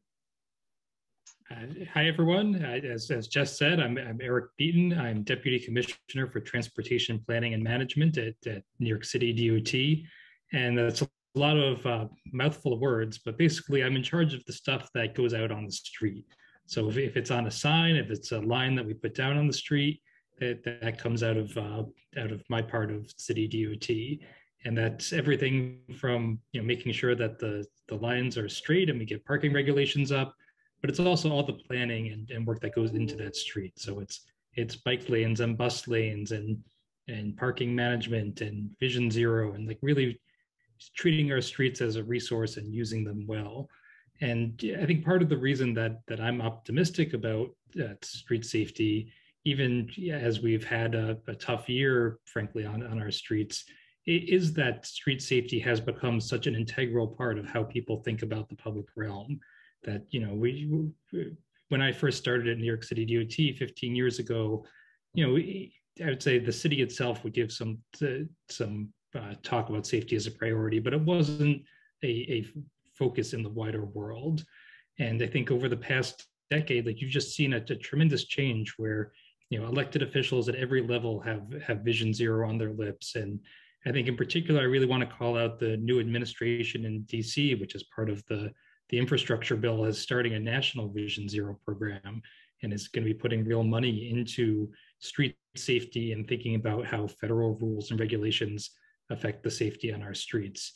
So there's work that we need to continue to do at the city level, but it's just unbelievable how that focus on safety has been infiltrating every level of government and every level of public consciousness, and really makes sure that all of us who work in government keep our feet to the fire and have to keep working towards safety, which, you know, is something that fundamentally we want to do. But even if we didn't, even if we were, you know, lousy public servants, there would be so much pressure to keep doing that work that we couldn't back off of it. And as we think about the next, you know, however many number of years in New York City, like knowing that we have a new administration that has that same set of values and is going to keep the work going is incredibly important. Well, that's perfect transition. I want to talk about that new administration. Of course, Mayor-elect Eric Adams is going to take office in about 3 weeks.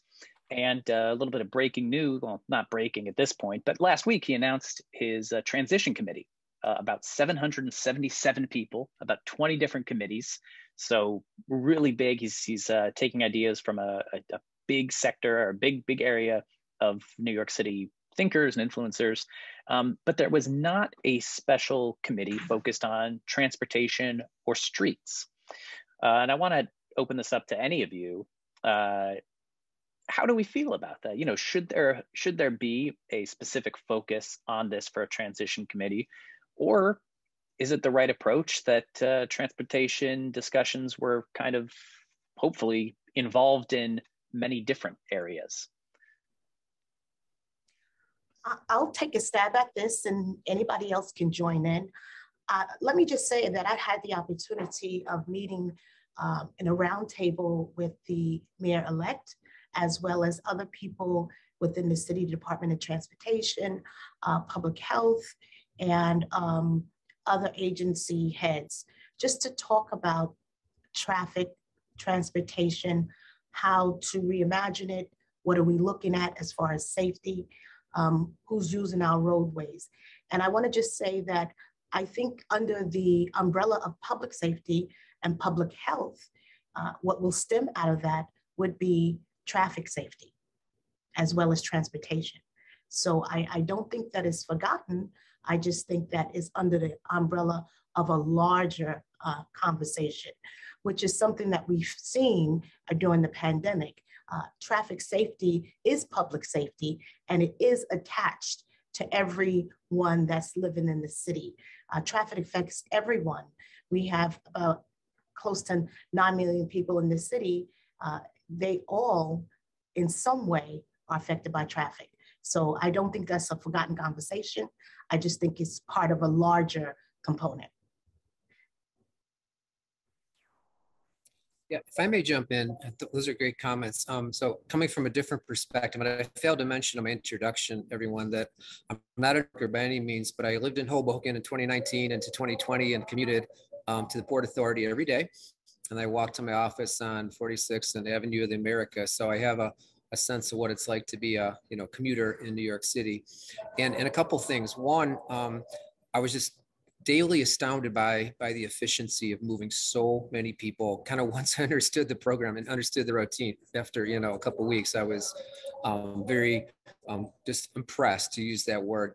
But then the second comment is this, back to safety, and again, New York more than any other U.S. city, certainly, the sidewalk. I know you mentioned that, Jeff, but I feel like there's probably more that we collectively can do at just looking at, the sidewalk and the curb, from a pedestrian, bicyclist, and obviously a motorized perspective.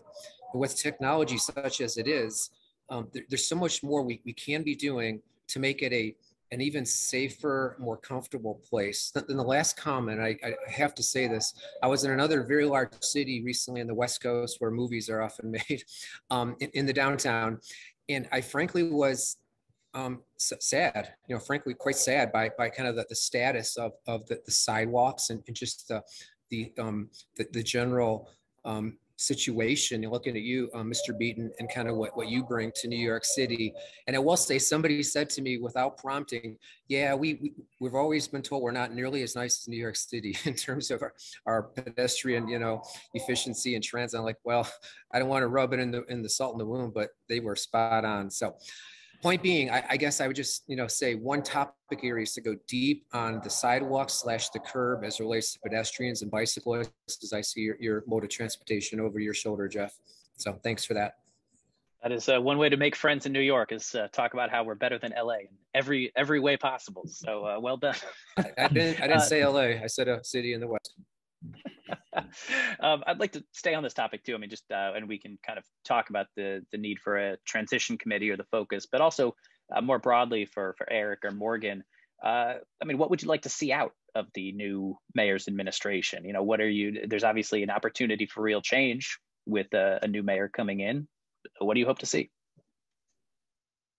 I can hop in on this first. So I think it's a really rare moment in time to convene sort of leading global experts and taking cutting edge data and insights and facilitating like a truly innovative process that helps not just city leaders that are locally elected, but also organizations that people who live and work in the city, and also organizations headquartered in the city, to help solve some more chronic urban challenges that will improve the lives of day-to-day New Yorkers. I think there's a sort of key area of focus that I would say, which is really in the deepening of the public-private partnership domain. So how do you match the right platform from a business perspective and truly listen to the voice of the customer? We have a bunch of contracts across New York City, a variety of different customer bases that are all prioritizing technology for different use cases.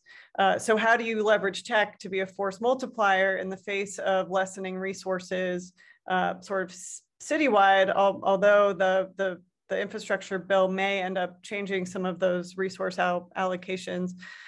So how can you use technology and public-private partnerships to either help with enforcement of new and different regulations, but also how can you just reach frustrated New Yorkers on whatever the topic is of that particular day?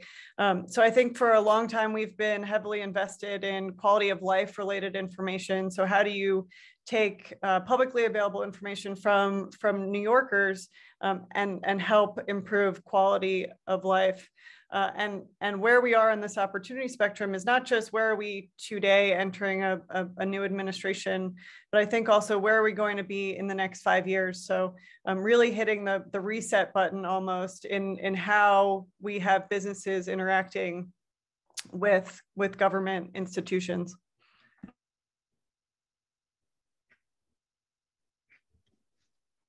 Eric, I'd love to hear from you as well. Of course, you're in the middle of it, but what are you hoping to see out of a new Adams administration? Sure, and it's an exciting moment to be going from administration to administration, and having gone through the last one too, I think what we hope is that we can. You sort of want the best of both worlds, right? We want to keep doing the things that have been successful, where we have a set of things that we do on our streets. Making faster buses, making our streets safer, making it easier to walk. But we want to be taking that next step too. And we just put out the New York City Streets Plan, where we put forward a real vision for the next 5 to 10 years of transportation in the city.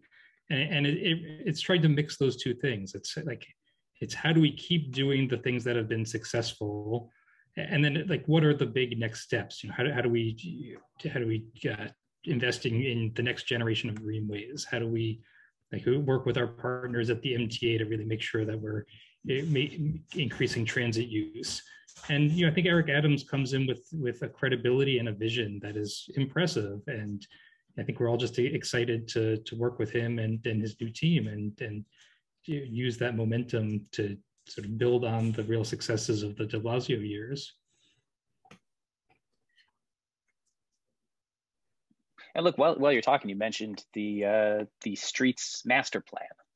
which was just published to much, well, not enough fanfare, really. But I mean, if you're on this panel or if you're listening into our event, then you probably care a lot about this. Can you give us kind of a quick, I don't know, a quick summary, a quick highlights of, you know, what's in the Streets Master Plan? And you too, Chief, I'm sure you've been involved in these conversations. And, you know, especially as far as it in regards of safety. Sure. So I'll give a start, and then, you know, Chief Forster and others feel free to chime in.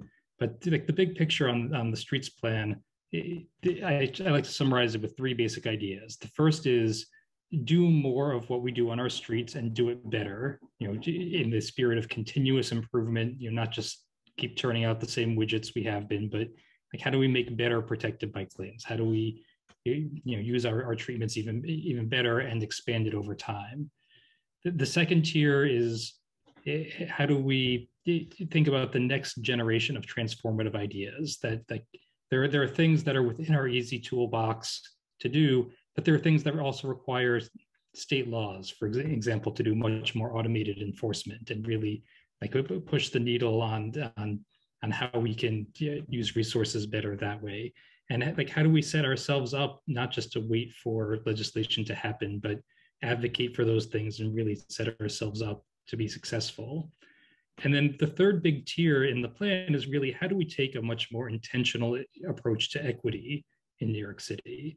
That you know, we've done some soul searching, and we think we have done a pretty good job of serving the city equitably, but it's been a little bit by accident that, you know, we are responsive to public requests and we look at data, but we think it's important at this moment in time to be saying, like, how do we build into our processes that we are serving all parts of the city in an equitable way, that we aren't just, you know, focused on Midtown Manhattan, or, you know, there's a handful of neighborhoods around the city where we know we get many more requests than other parts of the city.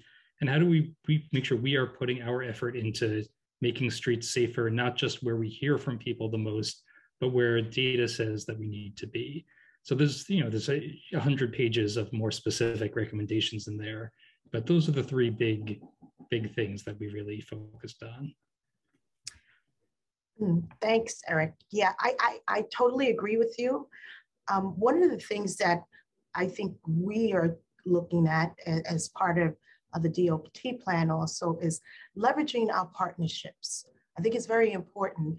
And I think Morgan said it, that, you know, find a way to actually get information to every person that's using our city streets, and leverage technology to do that. I think that's one of the areas that we're going to have to do a reset. Yes, we do look at data, and data is very important to us, but not only to be reactionary, but proactionary. Look, be proactive and actually focus on those areas where we see there's a concern. It may not necessarily have been a fatality there or collision, but it may be some activity there that you're really not capturing through your data process. And that could necessarily be just the chatter with the community, talking about what they see that we don't normally see in the police department.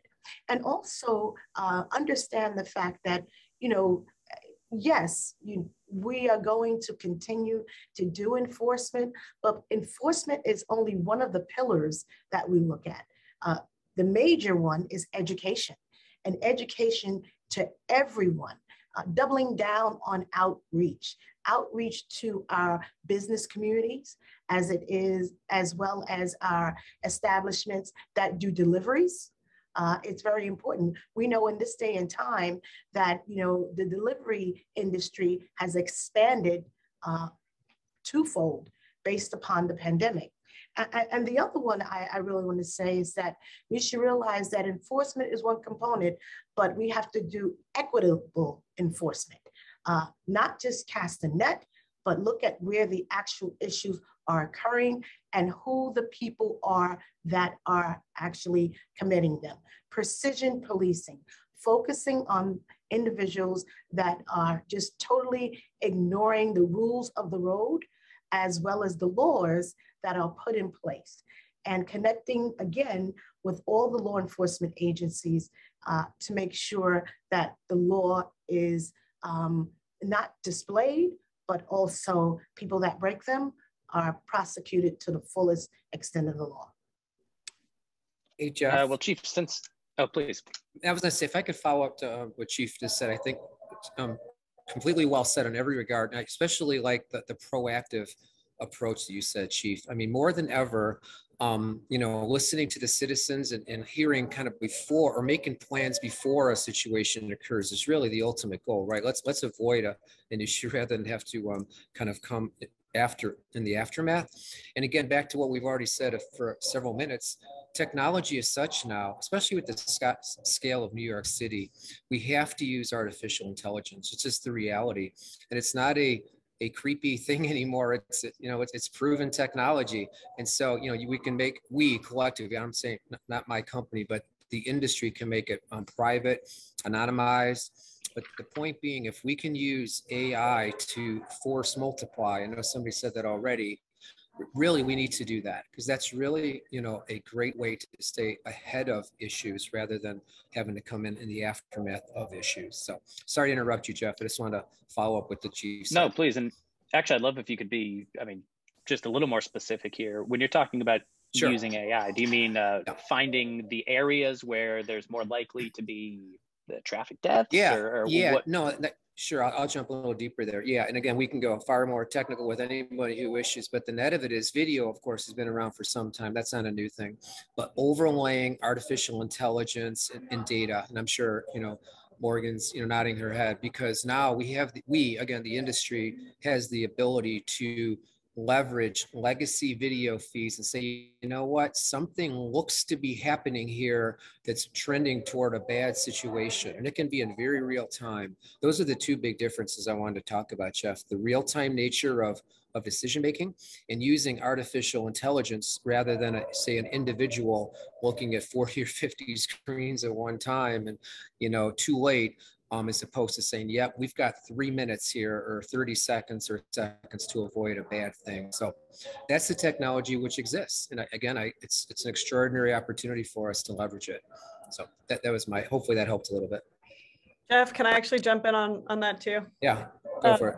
As someone who lives and breathes in the AI space, but also particularly within early detection, to me, and I've used this analogy a couple of times before, but early detection is like having an EMT show up on stream, like on scene. You have to have someone who can show up very quickly, triage.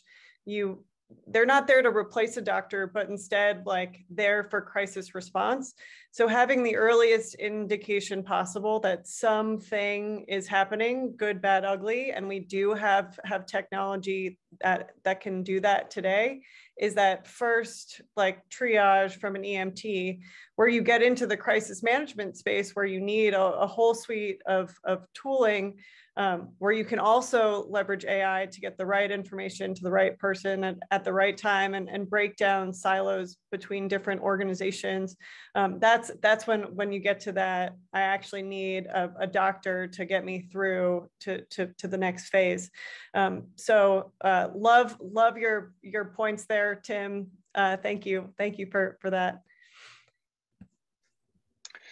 I want to stay on this topic too. I mean, we're talking about, I mean, as the Chief brought up about traffic enforcement. And then of course, Tim and Morgan are discussing proactive and, you know, getting ahead and making sure that there is less need for traffic enforcement in the future.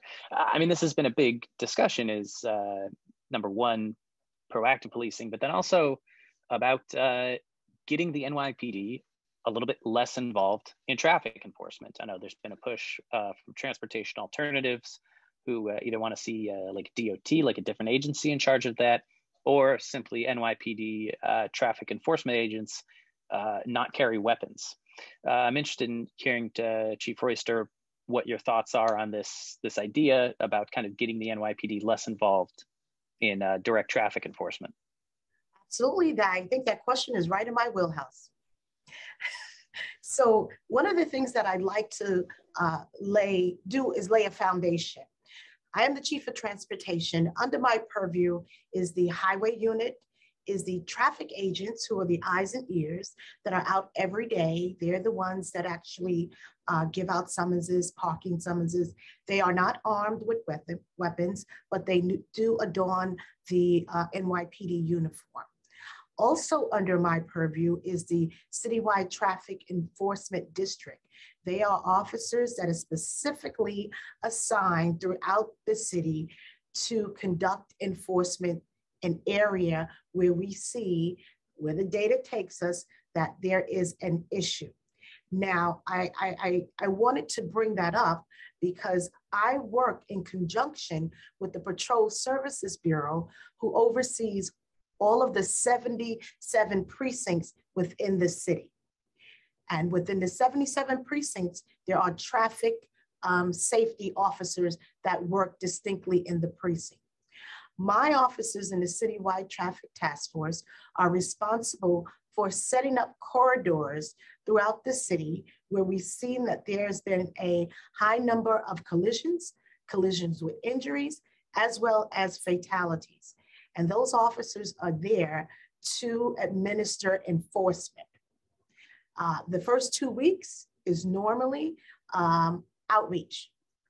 We double down on outreach to all of the vehicles that are passing through that corridor. And that corridor may be more than one precinct. So with that being said, when you start to look at the enforcement that's taken place, it takes place throughout the entire city. What I want to do is say that enforcement isn't the only thing, and I said that before, isn't the only thing that's going to address what we see that's occurring in the city. It's more of a layer effect. And the reason why I say that is because there are certain countermeasures that should be in place when you're talking about stopping traffic violations. You cannot totally eliminate the idea or the police from being involved in traffic violence. They are the head agents. We are the head agency to do that. Now, as I mentioned before, it has to be equitable enforcement. You have to understand what this is about. Why are you stopping people? We actually stop people for the most hazardous violations. That is speeding, that is going through red lights, no seatbelt. These are the things that we're stopping people for. And you, as I said before, you just can't cast a net. They are necessary. As everyone knows, a traffic stop is one of the most dangerous things a police officer can involve themselves in. And I know that because I have the highway unit that actually patrols by themselves, and they actually stop people every day. What we found is that when we go to stop people, some people actually flee the location, which is very dangerous, not only for our officers, but very dangerous for the person that's driving the vehicle, as well as all the motorists that surround them. So I don't think that removing the police entirely from traffic stops is the answer. I want to add something else also. Under my purview is the Collision Investigation Squad. They are trained specifically on how to handle fatalities that occur as a result of a collision. This is a very sensitive job. And not only is it something that is under the investigatory umbrella, but in order for those investigators to be in that unit, they have to first go through the highway unit, spend at least a couple of years there. Then they're transferred to the collision technician group, which is a group, think of it as my crime scene group. They actually assess the crime scene that has taken place. And then they go into the Collision Investigation Squad. So to actually have an agency take over that particular area, they would have to be well-versed in investigations. They would have to be peace officers. They would have to make an arrest. They would have to actually work with the district attorney's office to determine whether something has criminally has taken place. And if so, if there's probable cause, and then determine whether or not that person should be charged and prosecuted by the district attorney's office, who will do the prosecutions. So I think, you know, the Department of Transportation is well-versed in engineering. But to move them over to be investigators to investigate deaths now, not just engineering traffic lights or just the actual look at the highways and roadways to determine if there's any engineering aspects, but now you're going to make arrests and do criminal investigations. So there has to be a definitely there has to be a balance here. And I very much appreciate that. And go ahead. Yeah, and just what I'd add to Chief Royster's like very good description is like when we talk about layers, I think the layer that we're increasingly adding is really the automated enforcement. And I think that doesn't take away from what Chief Royster was talking about, that there's a very valuable role for the person on the ground, and the person on the ground needs to be in a position where they can be protected and respected. But automated enforcement lets us do things in ways that we couldn't otherwise. You think about trying to do speed enforcement on a city street, and you know, as Chief Royster said, like that can be a very dangerous situation for everyone involved. You imagine an officer driving at high speed to catch someone else going at high speed. Whereas when we can put up a camera, we not only catch that one individual, but we can catch everyone at the same point and really use it to reinforce that the city speed limit is 25 miles an hour. And thinking about how we can scale that, it means that we can like really reinforce the rules of the road in a way that a body on the ground is just never able to do. And I think we're getting to a place now where technology is able to do more than it was a few years ago. And we're hoping that the laws and the rules set by New York State can help us catch up to that.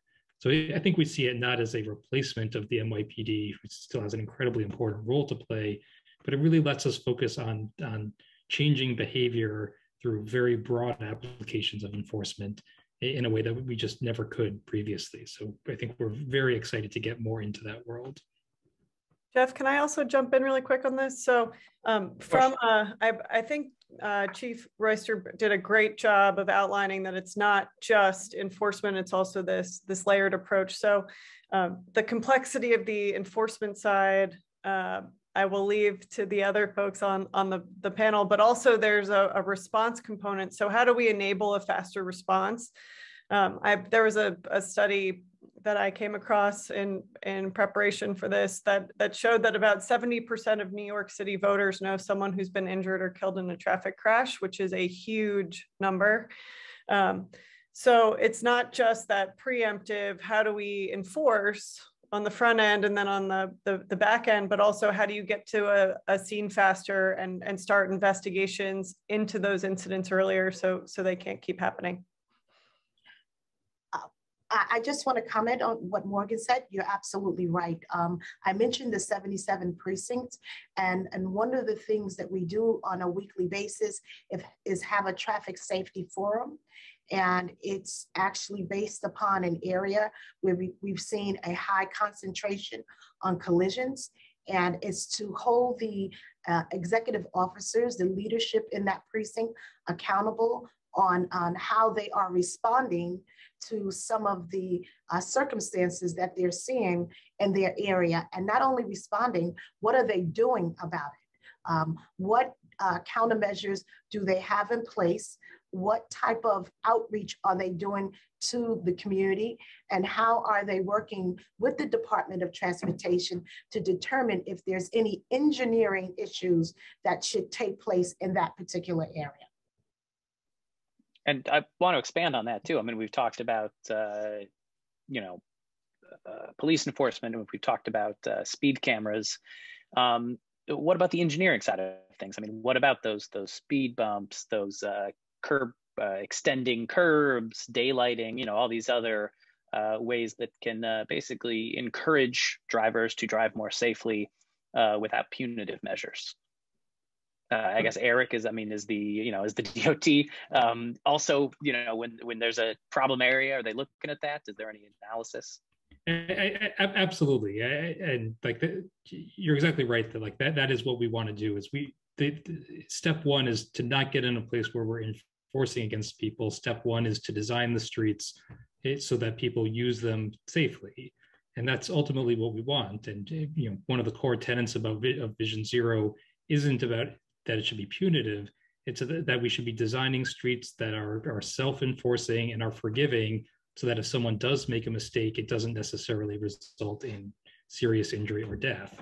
And we have thousands and thousands and tens of thousands of miles of streets in our city, so it can feel daunting. But we are data driven, and we look at the places where there are the most crashes happening on our streets, and we look at those every year. We also, whenever there is a fatality, as Chief Royster said, our job is not to do the criminal investigation. Our job is to do the engineering investigation. And if that street design contributed to the fatality, we want to go out and change it as quickly as we can.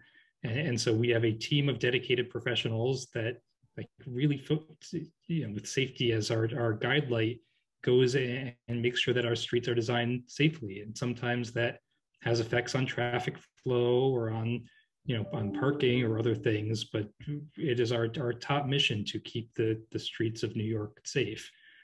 And to keep improving how we do that. If there's things from other cities, if there's things that we can see working better around our city, we want to keep figuring out how we can get more of those out on the street. And again, it's a key component of that streets plan is how do we keep upping our game? How do we put more out? And how do we keep making it better over time? But yeah, absolutely, design is the first thing we want. If we can engineer our streets to be safer, that's the best for everyone involved.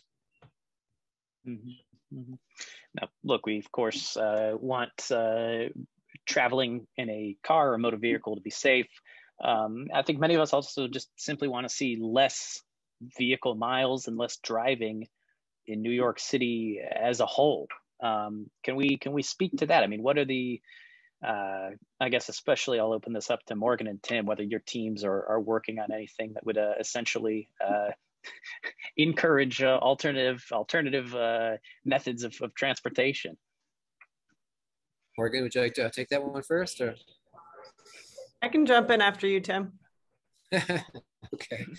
Yeah, I don't know if there's anything particular that comes to mind yet, but there are just so many kind of incremental technologies that exist right now that anywhere from, and again, the underpinning of it all is a combination of low latency, meaning very fast, of course, and high bandwidth to provide connectivity, then using some combination of AI or data.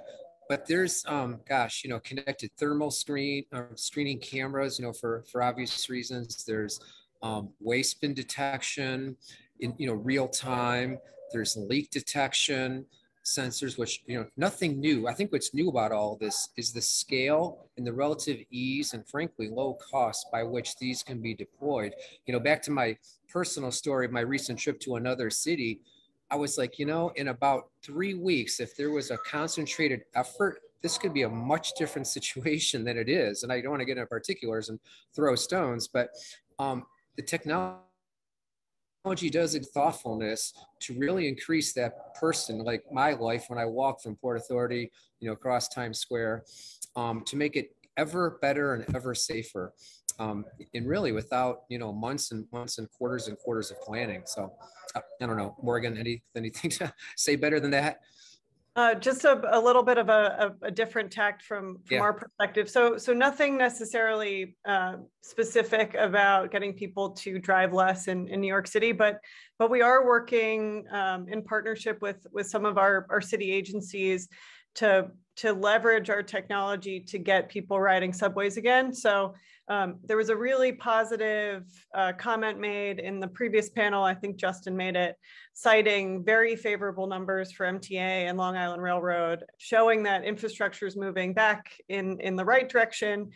So part of what we've been thinking about from sort of a broader perspective is how do you get ridership back up, and how do we restore faith in the system? And I think a big part of that is the public perception piece, and by leveraging our technology and one of probably others that the city is using, by leveraging First Alert, you can actually find those areas where there are those key public safety concerns or key public health concerns, and then you actually give city agencies the ability to go out and very quickly respond. So the quicker you can respond, the more likely to have measures in place that actually can help alleviate some of those concerns in real time. So I think there are a couple of really good examples already. MTA's Welcome Back New York campaign is great. I think it's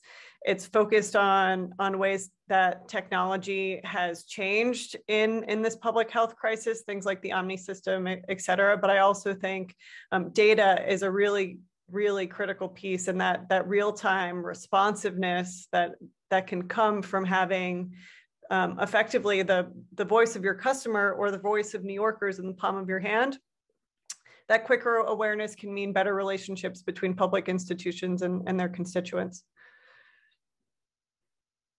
Jeff, I'm sorry. Now look, 15 more seconds. Back to my answer.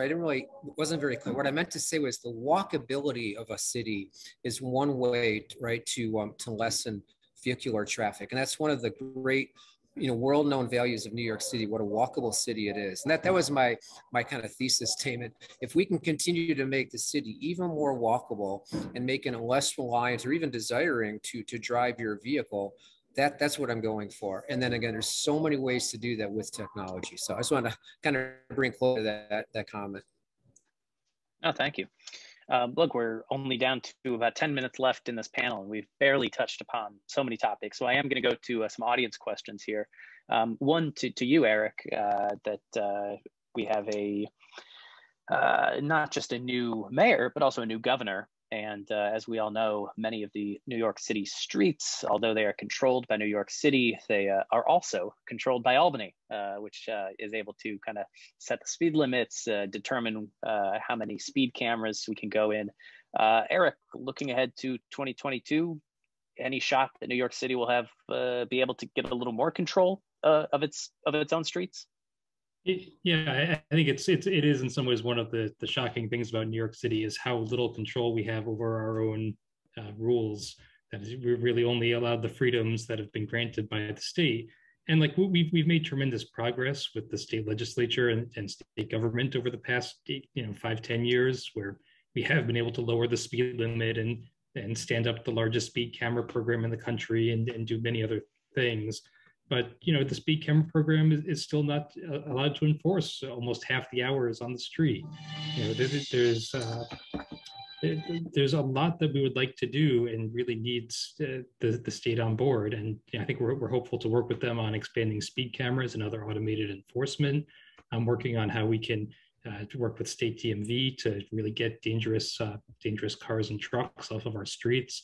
I think we're going to have an ambitious agenda, and I think the travails of the current mayor and the former governor are out there for the world to see. I think we're very much looking forward to the new mayor and the relatively new governor, and working with all of our city and state elected officials to advance safety initiatives.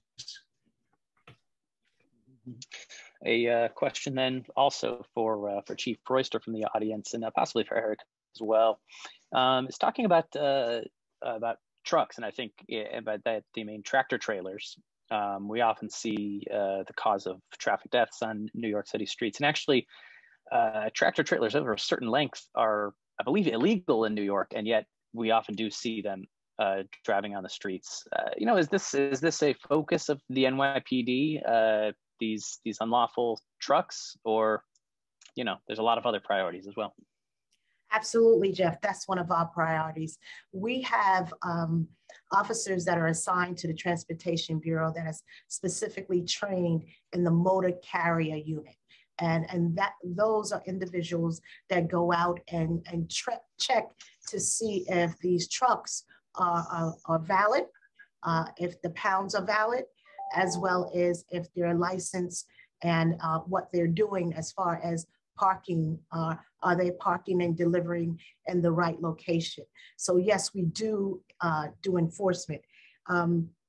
You know, our truck enforcement runs anywhere, the thousands of summonses that we give the drivers for violations. But let me also just back up a little bit, because I heard Commissioner Gutman talk about, you know, the BQE. And I want to say we increase our staffing to address truck enforcement on the BQE, to stop those vehicles from coming on the BQE that are overweight. And we did that this year. And actually, we have issued over 10,000 summonses to vehicles that are overweight. But I do agree at the fact that this is only one component to address it. I think that looking at the establishments that have these deliveries come into the city to try to curtail it that way. The other thing is that Eric, I think, mentioned technology, and he mentioned the cameras. And that is challenging when you have them operable only a certain part of the day. It would be great if they were operable 24 hours of the day.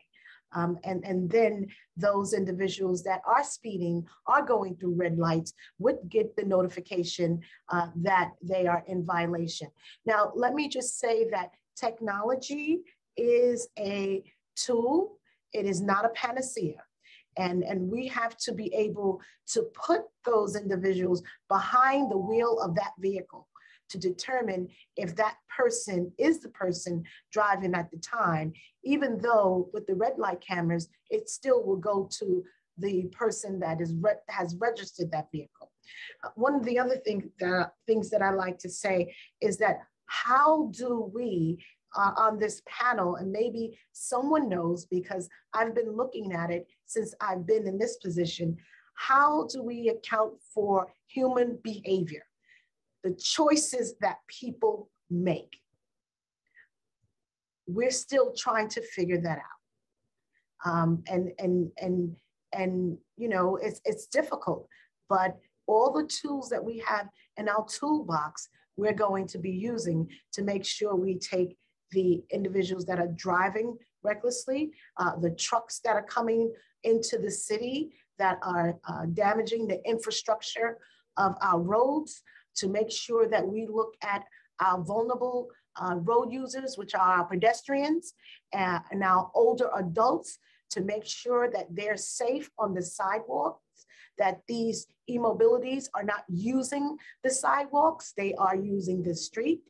And the illegal two-wheel devices that we've seen that populated this street, ATVs and dirt bikes, which are not legal in New York City to ride, we're going to make sure that our focus is getting them off our roadways, not only seizing the bikes that the people are riding, but also going to the actual establishments that are selling these illegal devices. Mm-hmm. I guess that brings up one final question. Is I'm interested in civilian enforcement. I mean, I know that there's certainly an interest in civilian enforcement around ATVs, but then also about illegal parking. There's currently a bill being considered in the city council that would allow civilians to, I believe, get a little bit of a bonus, a little money if they call in certain blocking bus lanes, parking on sidewalks, that sort of thing, similar to what you can already do for idling trucks. Eric, Chief, really anybody, is there interest? Is there, do we think that this bill is in a passable state right now? There's been some chatter about the bill and its components, but I will tell you that there's over 3,000 agents that are under my purview that go out every single day. And just year to date, they have issued over 7 million violations to people that are double parking, people that are parking in bus lanes, bike lanes, hydrants, all the hazardous violations. They have continued to issue violations to people that choose to just ignore the rules. So I'm not sure how far that has gotten, but I am going to tell you it is already in place that we continue to make sure people abide by the rules as far as parking in those hazardous locations. I have to. I mean, look, I know that that's very true. I mean, many of us have gotten tickets for sure. I've gotten a car towed before. Is there any discussion? I mean, look, of course, there is a changing of the guard in the NYPD, but about these illegal parking habits outside NYPD precincts, many of which we see what you were just discussing? Yeah, so I had mentioned earlier that when we have our traffic safety forum every week, we discuss some of the things that are going on throughout the city as it relates to traffic violence, but we also talk about what's our obligation to the community. What is our obligation? We're enforcing the traffic rules, but we have to uphold the traffic rules also. So internally, we are looking at whether our officers are violating the rules. There are some caveats to emergency vehicles parking when they're actually going into a location. You don't expect them to drive around the block 4 or 5 times before they actually get to that location to mitigate that threat. That's obvious. But just leisurely parking in bike lanes and bus lanes, which is hazardous and could cause accidents, we are definitely stressing that there will be an internal review and possibly discipline. Thank you so much. And look, we're running out of time. I want to give all of our panelists one final opportunity to give a closing thought. Ideally, if you could say, one idea that you want to leave our viewers and listeners with when it comes to traffic safety, whether it be traffic broader, moving New Yorkers safely, whether that's a big idea or a small idea. I'll open that up to everybody. I can jump in first, Jeff. So I just want to piggyback off of Chief's point that technology is a tool and not a panacea. And I say that as someone who's spent a good part of her career in technology. I would really encourage city organizations and city agencies, and hopefully we have a bunch of representatives from those agencies on this call, to demand true partnership from their technology partners. I think particularly when it comes to public safety and transportation safety, these are extremely high order operations. They're nuanced, and more data means better decision making. So my encouragement to the group is create better cross-team collaboration, whether that's across MTA and DOT and NYPD, but also leveraging new and different technology as a means for better decision advantage for leadership teams. And with that, I'll turn it back over. Yeah, I'll follow up. You kind of stole most of my words. I was going to say more, but the reality, I was thinking that too. It's really, the technology is such, and it's certainly not a panacea. It's a supplement.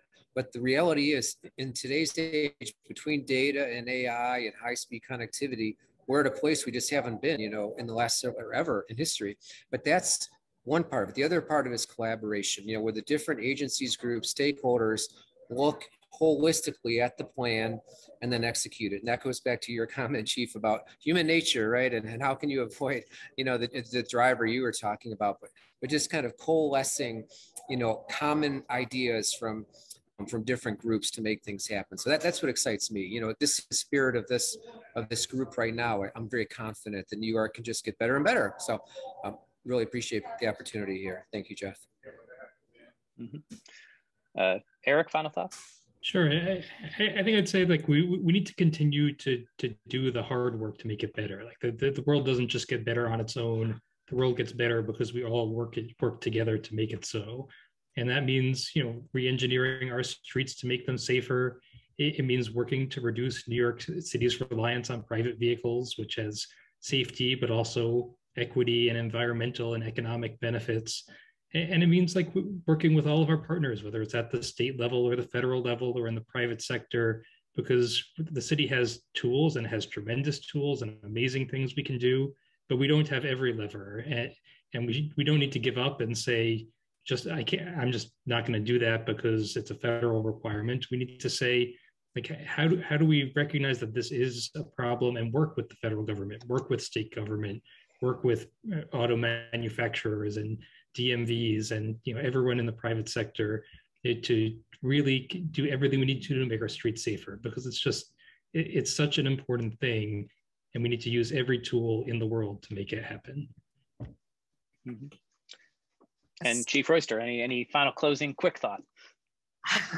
I like that very quick thought. I am very interested in what Eric said, is that looking at all of our pillars and reimagining them and making sure that we can make everyone that's using our roadways safe, not just people that are driving, but people that are using our sidewalks. And let us also not forget people that have disabilities. We need to definitely focus on the fact that they too can travel throughout the streets and be safe. And so, as I said before, traffic safety is public safety. Thank you so much. Thank you all panelists for joining us. I appreciate you giving us your thoughts and your time. And with that, I will hand it over back to our MCK. Thank you. Thank you so much to all our panelists for such a wonderful discussion. And I'm excited to introduce our last panel of the day. But first, I'd love to thank our sponsors for today's event: Dataminr, Siemens Mobility, T-Mobile, Global Strategy Group, Ostroff & Associates, VIA, and Cubic Transportation Systems. And with that, I'll pass it over to Annie McDonough, a reporter at City and State, who will be leading the last panel of the day. Thanks very much, Kay. Good afternoon, everyone. I'm Annie McDonough. I'm City and State's Deputy City Hall reporter. Very excited to moderate this panel today on innovative transportation projects. We have a great group with us today who's going to offer insight on how we're already seeing innovation in transportation, as well as what opportunities exist to fund new projects and rethink how we approach transportation. I'll just remind the audience, if you have questions for our panelists, feel free to put those in the Q&A box at the bottom of your screen. We're going to save a little time at the end to get to those questions. But to jump in right now to our conversation with our panelists, I want to start off with some of the changes we're already seeing. We saw a few months ago, for example, Governor Kathy Hochul took a big step in announcing a ban on the sale of new gas-powered vehicles by the end of 2035, and a new focus on electric vehicles. When you're thinking about opportunities for innovation under the new Hochul administration, or even under the incoming Eric Adams administration in New York City, I'm curious to what extent you see electrification of vehicles being sort of key to that approach, and to what extent solutions outside electrification exist. I'll pose that to the whole group, and whoever wants to start can go ahead. Okay, thank you, Annie. I'll start. I'm Keith Kerman. I'm the Chief Fleet Officer for the City of New York. New York City operates over 30,000 vehicles on behalf of all of our residents to make the city clean and safe. And we also support the Department of Education with the school bus program, which is 10,700 school buses. So certainly electrification is the top item, right? We've committed to going to an all-electric fleet. Already in New York City, the fleet operates about 3,100 electric vehicles, the largest fleet in New York State. We operate over 1,070 charging stations, including our first 100 fast chargers, also the largest in the state. That's just going to explode further. We're going to be going electric, and we've seen really great move in the marketplace. Even 2 years ago, I would not have told you there was a viable electric cargo van or electric pickup truck in the marketplace. Now there is, and we're going to be able to start going in scale on those. And of course, New York City just passed a law to go to all electric school buses by 2035. And DCAS partnered with the Department of Ed to bring in the first 3. So only about 10,697 more to go, but incredibly exciting. So I mean, obviously electrification at the charging level, the fleet level is #1, but still where we can't electrify, because this is a transition, this is a process, we will implement hybrid vehicles. There are a lot of options to do hybrid vehicles. At the police department, we're going to all hybrid patrol vehicles as we work toward a viable electric patrol model, and we're working on that too. And then, you know, where we have off-road equipment, we have like 5,000 off-road pieces, and of course the construction industry, that's a big issue. Where we have specialized trucks, we are looking to expand our biofuel program. We've been a long leader in biodiesel. We're looking to implement something called renewable diesel, which is a full switch out, really offers the prospect to get out of fossil diesel altogether, not just in 5, 10, or 20% blends like you do in biodiesel, but just stop using it. And so kind of our basic plan, and we're moving, is electrify everything you can as quickly as you can, look for efficiencies for those other vehicles and look for biofuels in those other vehicles. So we think this is really starting to take off. It's a lot that falls under your umbrella there at MIC Fleet. Others on this question?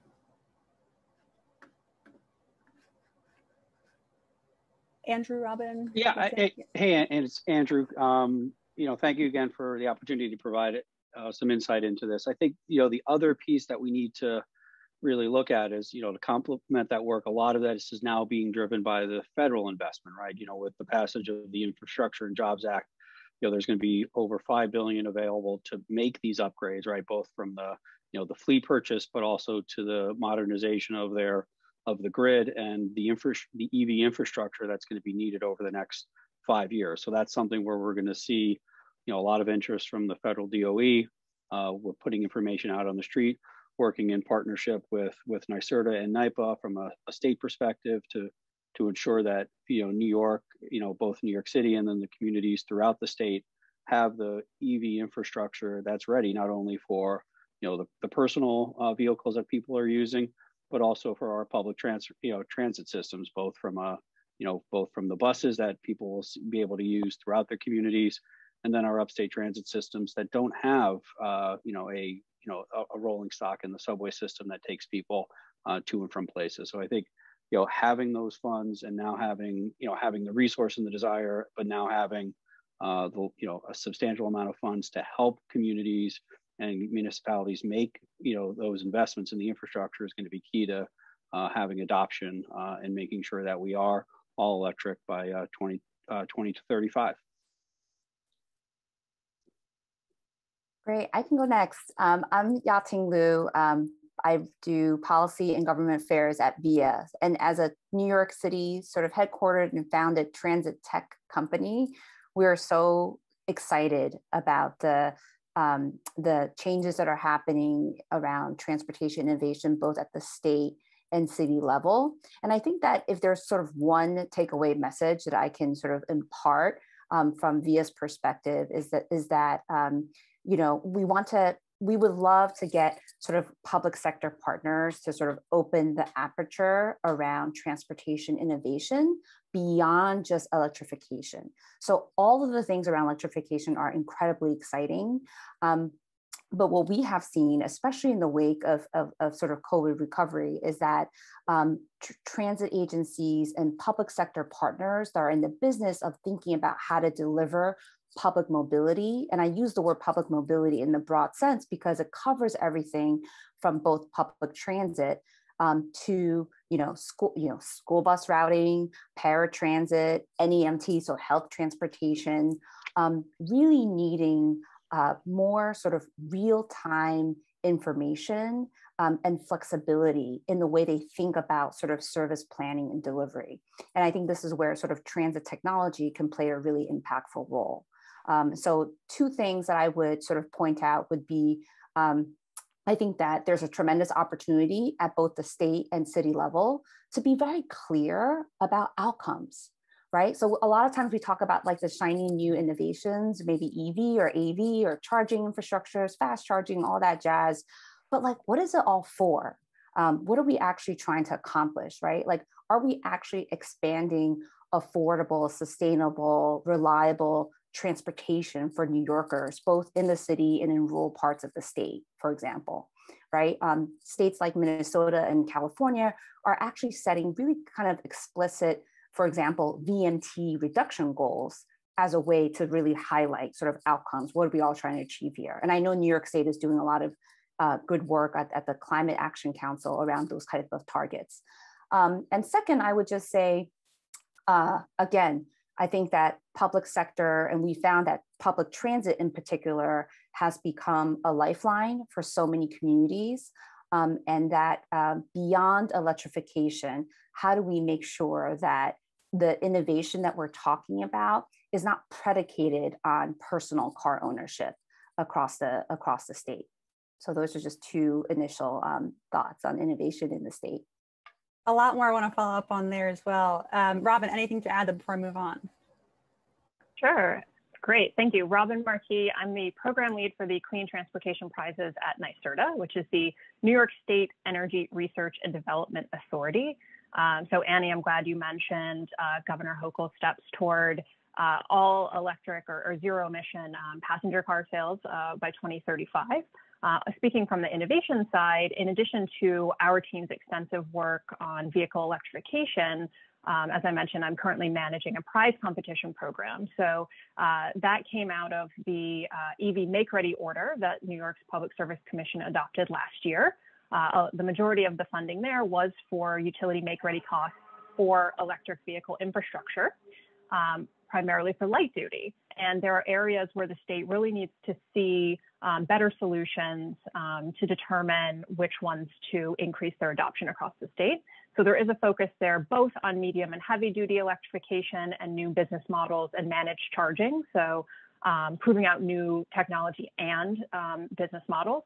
And then for personal travel, there's also a focus on increasing access to electrified modes. So whether that's electric micro mobility, micro transit, sort of the spectrum of solutions that make it easier to access jobs, to access other opportunities without the need to own a personal vehicle. So I'll stop there because I know we have a lot to get into today. No, that's great. Thank you.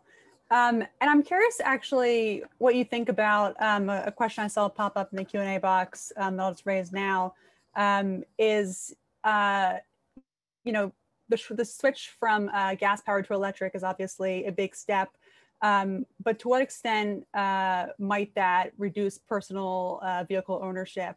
To what extent can we sort of get to that aspect of the issue of congestion, of the fight for street space, all those things? So that's something that is going to need a separate approach, really. Anyone want to jump in? I'll start. Sure. And then I'm sure Yassine has some thoughts as well.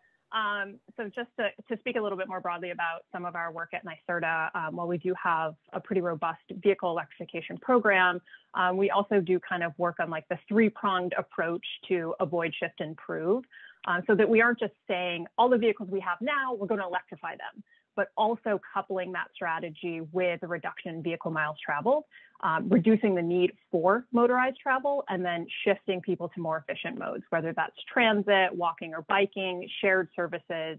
And then for those that remain that need to be personal ownership or fleet-based, that we're focusing on electrifying those.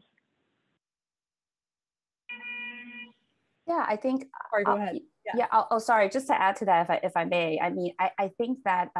So context and sort of like the community context is really important. So if we are talking about, let's say, Manhattan Central Business District, right, where street space, car space is like one of the most like valuable commodities, we should really. I think that it would be really great to have the city take a much more essentially like holistic approach in basically priorities, right? Like not everything can be prioritized, like given a limited resource. So I think that there has to be a very sort of like intentional and clear like public conversation around what uses get priority and why. And of course, I know that it gets like very politically very quickly, but at the end of the day, I think that when it comes to, again, in a context of like Manhattan Central Business District, there is a case to be made, and we've seen that in terms of the open streets and the restaurant dinings and things like that, and sort of helping all of us sort of reimagine what's possible beyond just sort of like free parking for cars in terms of the curb space. So I think that there's been some really interesting sort of like innovations and sort of pilots happening. And of course, now the conversation is around sort of like, how do we collectively move forward, given all of the different competing needs to really like set a clear set of priorities for how to use those public street space. There's, again, a lot to follow up on all of these comments, but there's a lot to cover. I want to move along a little bit, and maybe we can circle back later to the Central Business District and congestion pricing as one aspect of that. But I think part of the sort of unspoken aspect of transportation goals, of accessing transportation, of transit deserts, of the effects of climate change is that we tend to see a disproportionate impact on poor New Yorkers and communities of color. I'm curious to hear from all of you, you know, how the city and state can put equity at the center of transportation innovation projects, and to what extent is that part of the work that you're all doing now? And again, whoever wants to jump in can start there. So I can start and expand a little bit on what we're doing in the prizes as well as it relates to this topic. So just broadly from the state, in 2019, the Climate Leadership and Community Protection Act, or CLCPA, or Climate Act, was passed, which does have nation-leading goals that are not only addressing the transition to a clean energy economy, but also addressing the disproportionate negative impacts on disadvantaged communities across the state. So under that program, there are a lot of goals with respect to the state's electricity demand, how we're generating power, but specifically in transportation, moving to fully decarbonized. And with the prizes, there is an emphasis on addressing these underserved and disadvantaged communities. So I kind of touched on the fact that there's areas that the state needs to see better solutions. And in some of those, it's in environmental justice neighborhoods, this access to mobility that I mentioned, the disproportionate negative impacts from medium and heavy duty vehicles in these communities as well. So there is an emphasis with the spending of that $85 million initiative to start to address these issues for those populations. So under CLCPA, there's a minimum of 35% with a goal of 40% of those benefits accruing to those communities. And under the prizes, it's much higher, almost fully across the board in all of the projects that we will select. It will be targeting those specific communities in the state. And to the question sort of about personal ownership versus other, kind of running the spectrum of their mobility needs. And it's very community engagement driven. So it's not to say we're kind of dictating to them or a solution provider is dictating to them, here's how we're going to solve it. It's really co-developing these solutions to address their needs, which to Yating's point of, you know, community differences and the kind of local conditions, really appreciating that fact and having those community voices be represented in what the solutions they need and how they may be drastically different from one community to the next. And I'll add too, Annie. I mean, I think one of the other pieces too is the types of projects that are already underway.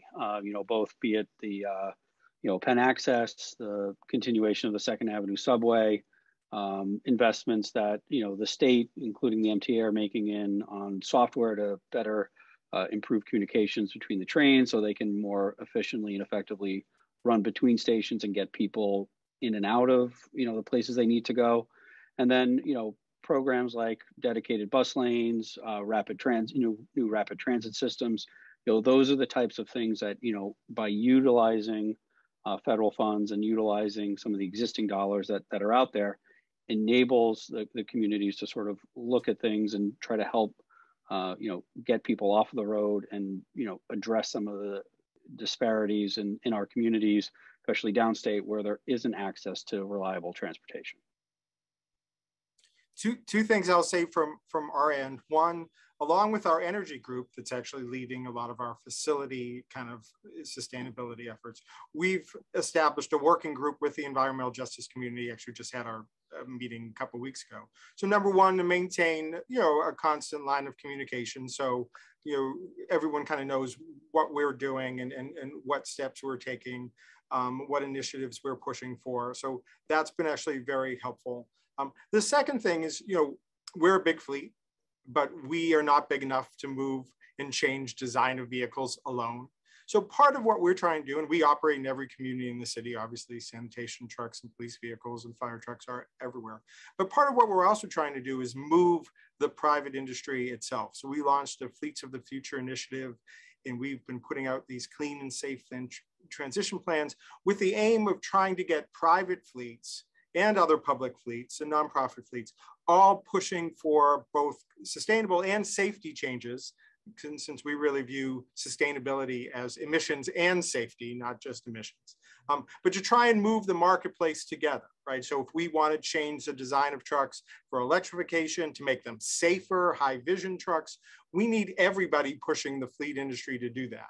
And so that's the other kind of thing we're trying to do, not just try and, we want a cleaner truck in communities from DCAS, but we want cleaner trucks across the board.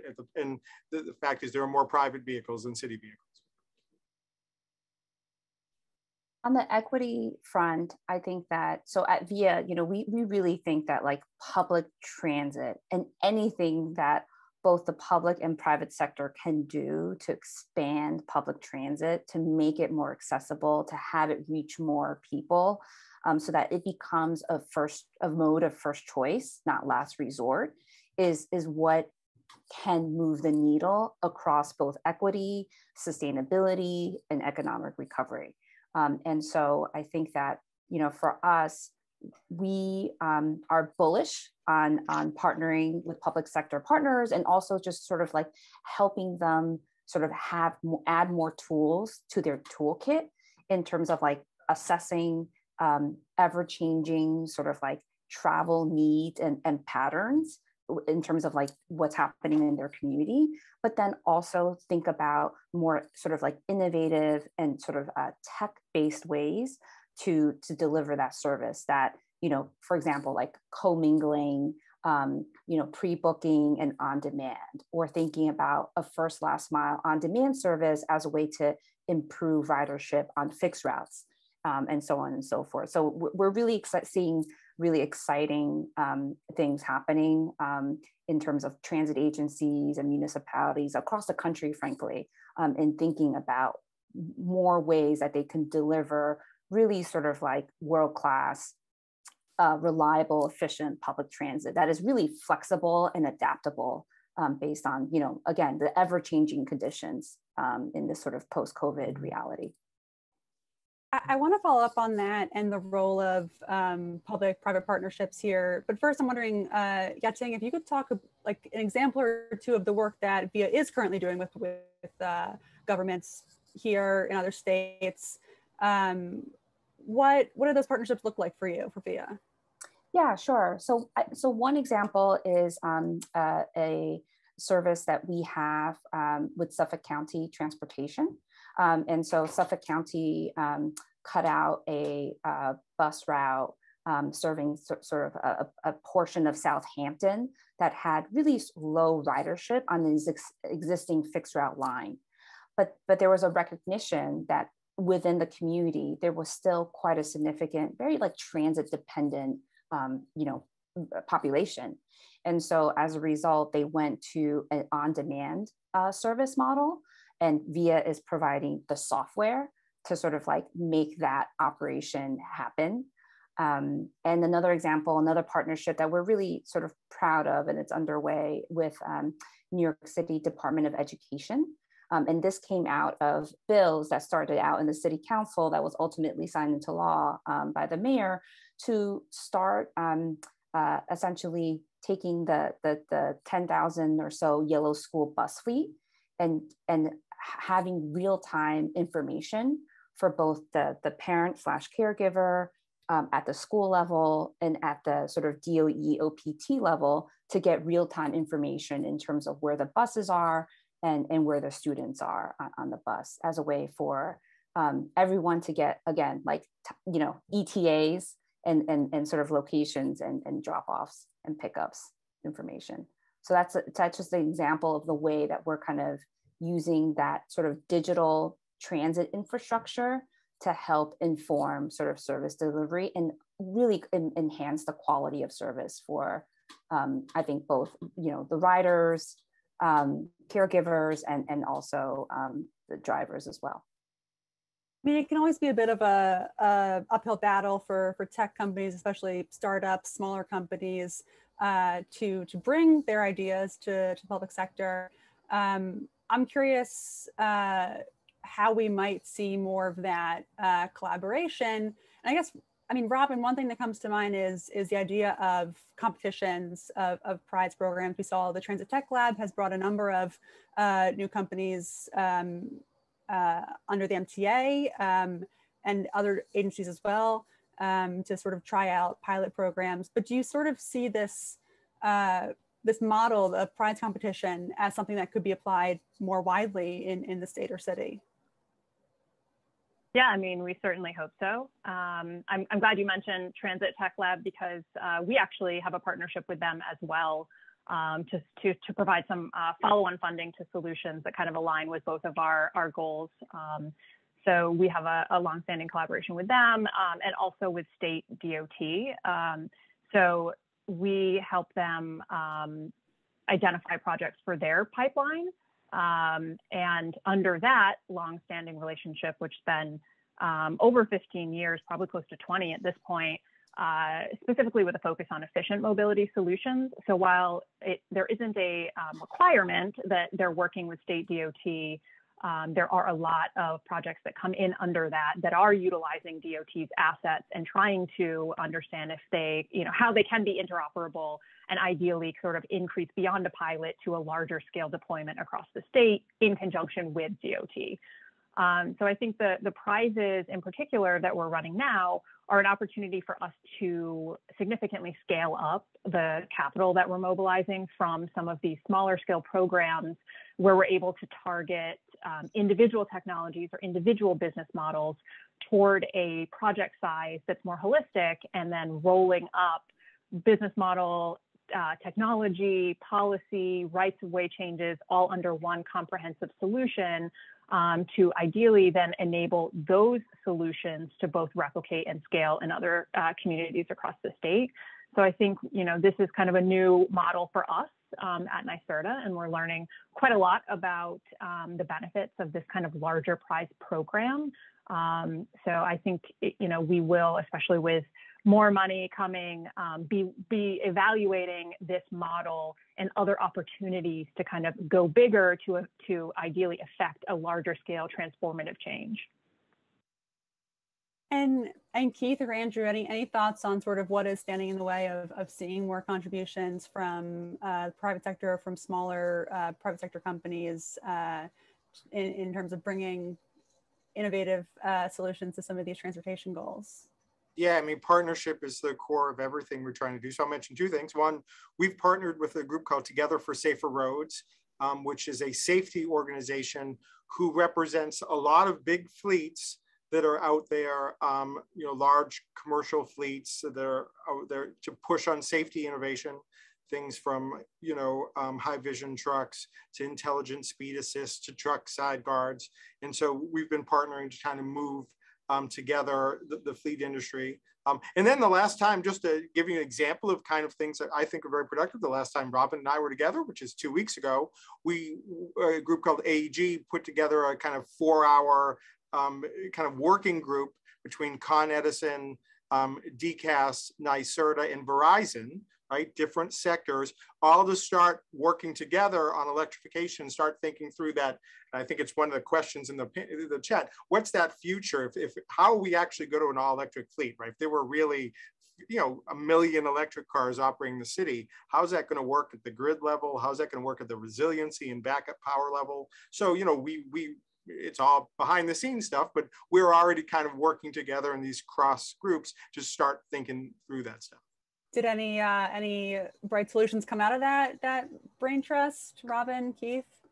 I think so. I mean, my idea on resiliency won some challenge, but Robin's group won a challenge. So it's split. But yeah, I mean, one thing we really focused on is that we need to think through without getting too into the issues of backup power in resiliency. If we become dependent on electric vehicles, and that would be great, that would be zero emissions and they're less expensive to maintain, all kinds of good stuff. But if the power goes out, the police and fire departments, sanitation departments, if they are dependent on electric vehicles, they need to still be operating 24/7 every single day. So and that's true of Con Ed, that's true of Verizon, that's true of deliveries, that's true of all our essential services, both public and private. So that was something that we really need to think about, because it's not impossible for us to start seeing the purchase and adoption of large scale electric vehicles pretty quick, right? They're starting to get out there. And you could, so we want to make sure, and infrastructure does not change quickly. So we need to be prepared to have the resiliency 5 to 10 years from now to support hundreds of thousands of electric vehicles as they start to come onto the streets. Yeah, and just picking up on a couple of points that Keith made, sort of about the infrastructure and sort of the time to change takes, the time it takes to change. looking at things, through some of these programs and improved coordination. It's looking at, new transit technologies, right? How do we, look at whether or not it's a new train to LaGuardia? What are there other alternatives than the air train? A fixed train or autonomous vehicles, those sort of things that do that. Are there ways in which, because of this build out and move towards electric vehicles, are there new technologies through regenerative technology so the batteries can charge themselves, especially in some of those larger fleets, so they aren't always going back to home base to get recharged, so they can be more productive and get more miles done. And then, the work that, we could be done, is going to be due to shore up the infrastructure so it is more resilient. Those, the microgrid, smart systems to really, help New York City and our communities, adopt to this electrification push that we're seeing here.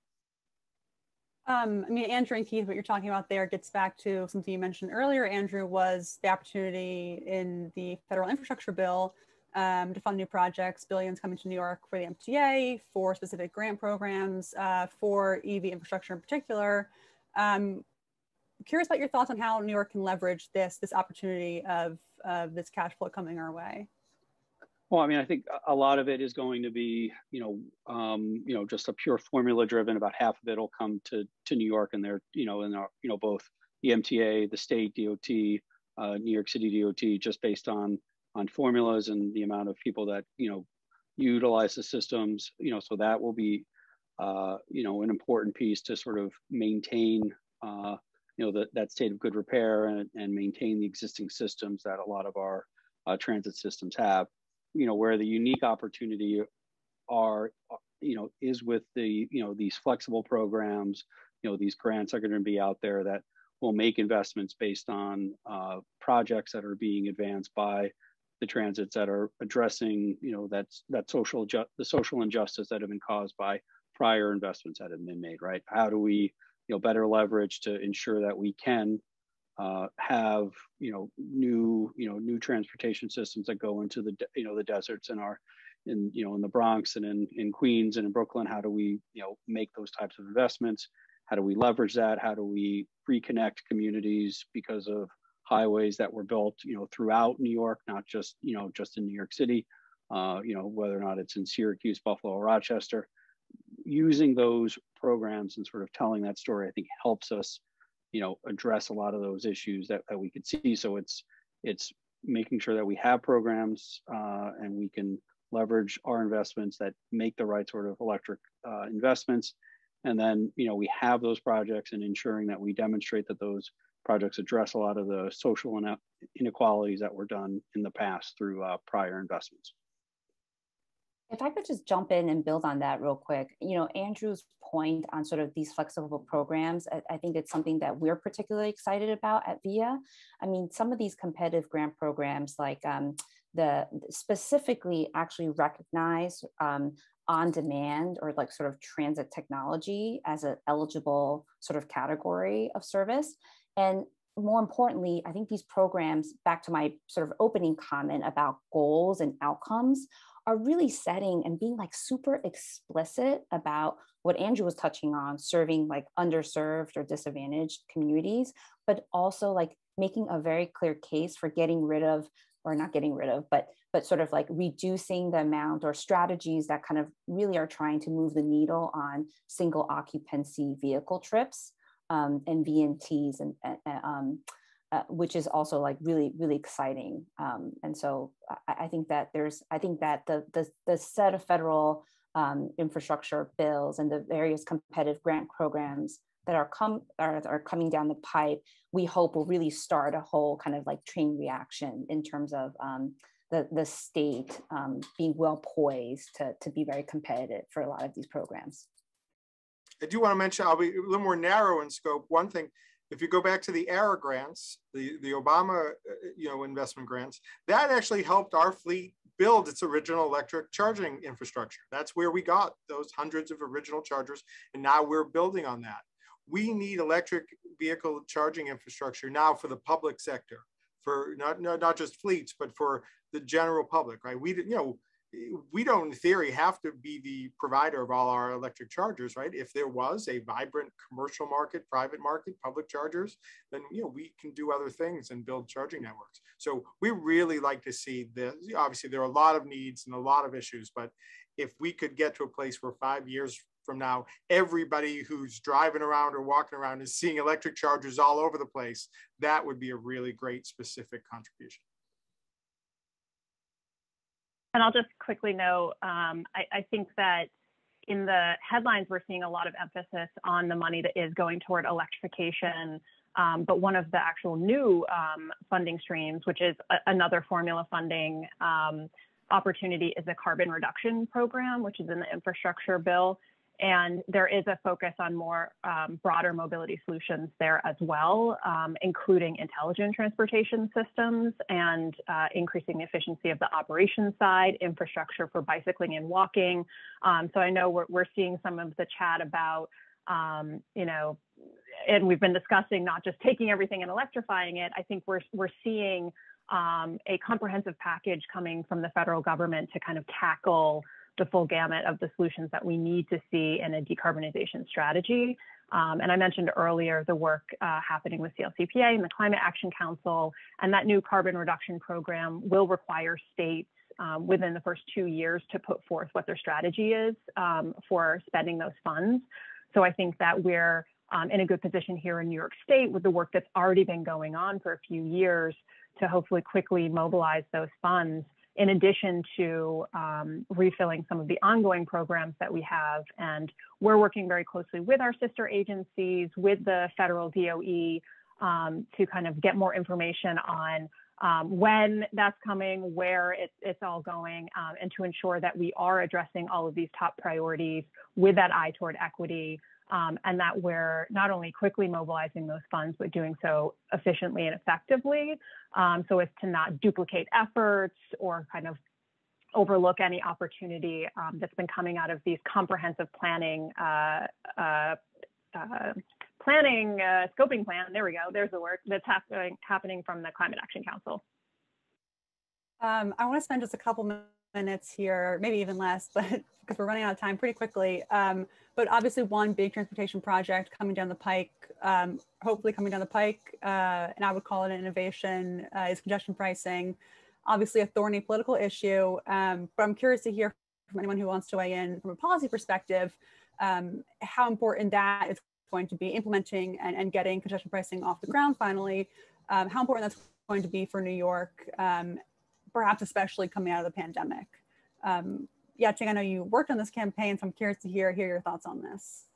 Yes, I will try to contain myself into just a few seconds of remarks here.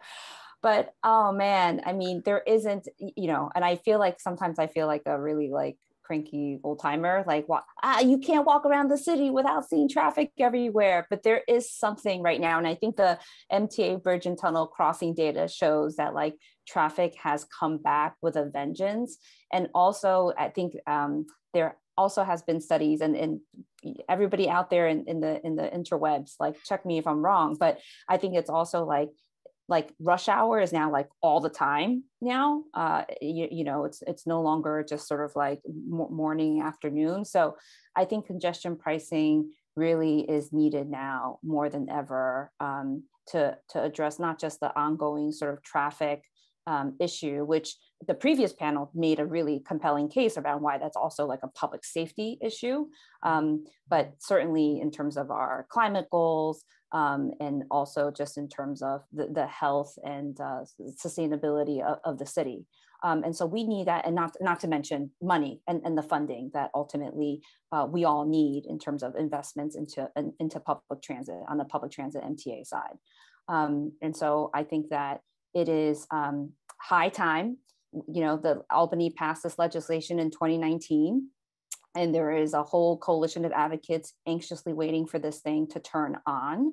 And I think that it is going to be an absolute game changer in terms of how cities, from a policy perspective, in terms of the country, and really being the first in the country to do this is going to be really, really exciting. Moving on quickly, again, we could talk about that for hours, but we do sort of thinking about forward-looking technologies and you know, cities of the future, smart cities, quote unquote. I'm curious to what extent you all see data, connected infrastructure, connected vehicles, sort of solutions like that as a solution to transportation problems we're facing now. To what extent are some of those kinds of solutions already in place, and how important is data collection and analysis going to be towards addressing some of the questions and problems we're talking about? Yeah, I mean, so we've gone big on data. You know, we are operating now the largest live tracking program for public vehicles, probably one of the largest across the board in the country. We're tracking about 35,000 vehicles. We're actually the behind the scenes group for VIA in the school buses, but you know, we won't talk about that. And yeah, so you know, there's so much application to data, to understanding what's going on. We've published reports on emissions, on safety, on operating patterns. We are currently partnering with City DOT and US DOT on a connected vehicle pilot, starting to think through issues of automation. And there are 3,000 city vehicles now as part of that pilot, testing different types of technology, vehicle to vehicle, vehicle to infrastructure. And even if vehicles aren't self-driving tomorrow, and that's going to be a fairly long transition, there are all kinds of technologies that automation could assist with on the way. Things like automatic braking. Half of our crashes are just someone smashing the car in front, and that at a human level should never happen, but a technology can actually help that. Intelligent speed assist. We've seen Europe start to move toward intelligent speed assist, combining our tracking devices with the braking devices so that we can, if a vehicle starts to speed, it can be automatically slowed down. The technology exists to do that. We're seeing a lot bigger move in Europe than in the States, and we're trying to change that. So we definitely think that the data can be a huge part of the solution. So Keith mentioned the work that's going on in the city, and if anyone's ever tried to kind of in the central business district, you know, make it several blocks on an avenue and everything turns green and you think, it's my lucky day, traffic is flowing. You may be surprised, or maybe not, since we have a lot of, you know, transportation aficionados on the line here, that is sort of controlled behind the scenes by a very sophisticated algorithm that's trying to reduce the delays and idling and subsequent emissions of the system. So that system is called Midtown in Motion. And the company that commercialized that actually did so with NYSERDA support about 15 years ago. So we have a pretty long history of R&D work. And I mentioned the carbon reduction program also calls out intelligent transportation systems. And that's just broadly an area that we've been working in a while. We work very closely with ITS New York in particular. So this shift from, or I guess increased emphasis, not a shift, increased emphasis on both the systems operations and now the smarter, more connected, potentially automated vehicles. Those are technologies that we're continuing to support in close collaboration with state DOT.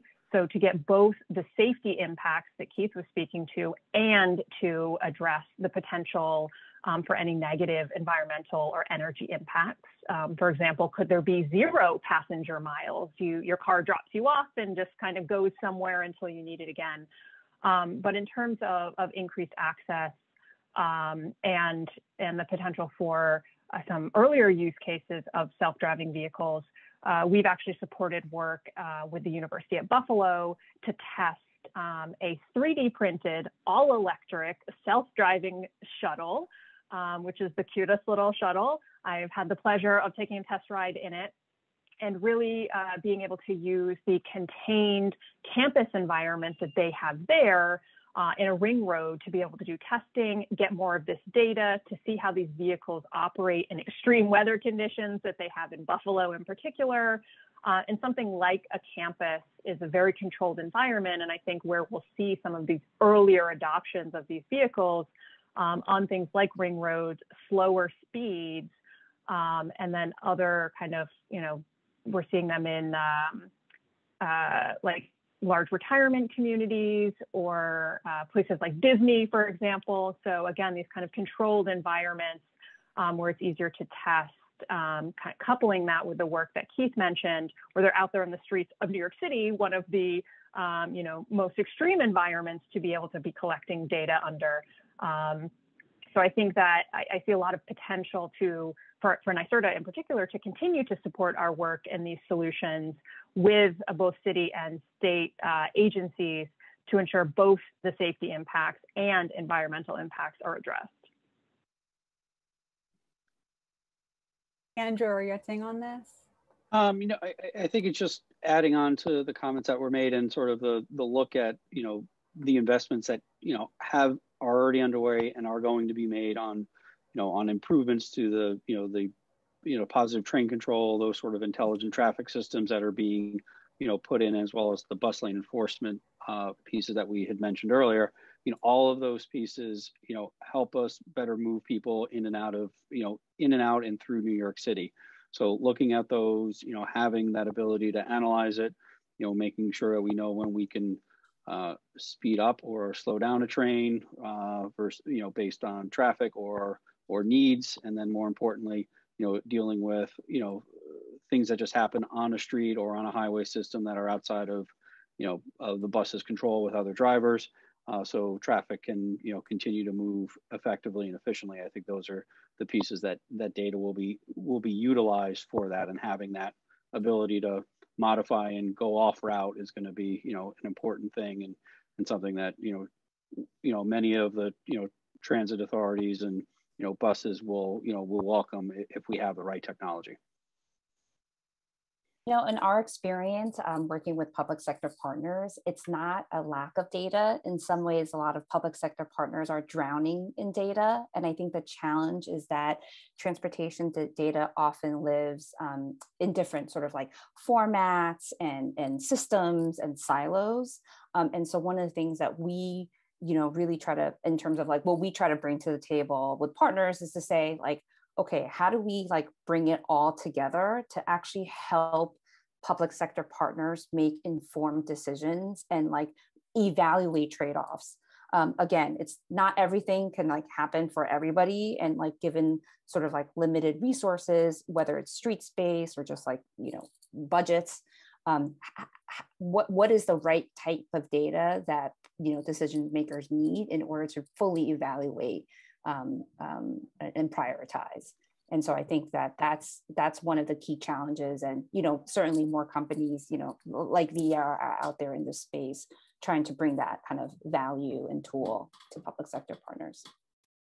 I mean, there really is so much I want to follow up on all of this, but we are running out of time. I want to make sure I have a chance to address a couple questions in here, which we've addressed a bit already, but a few years down the road, maybe, depending on how fast technology moves, do you see driverless cars as a last mile solution, driverless shuttles, a VIA shuttle that carries, 6 people?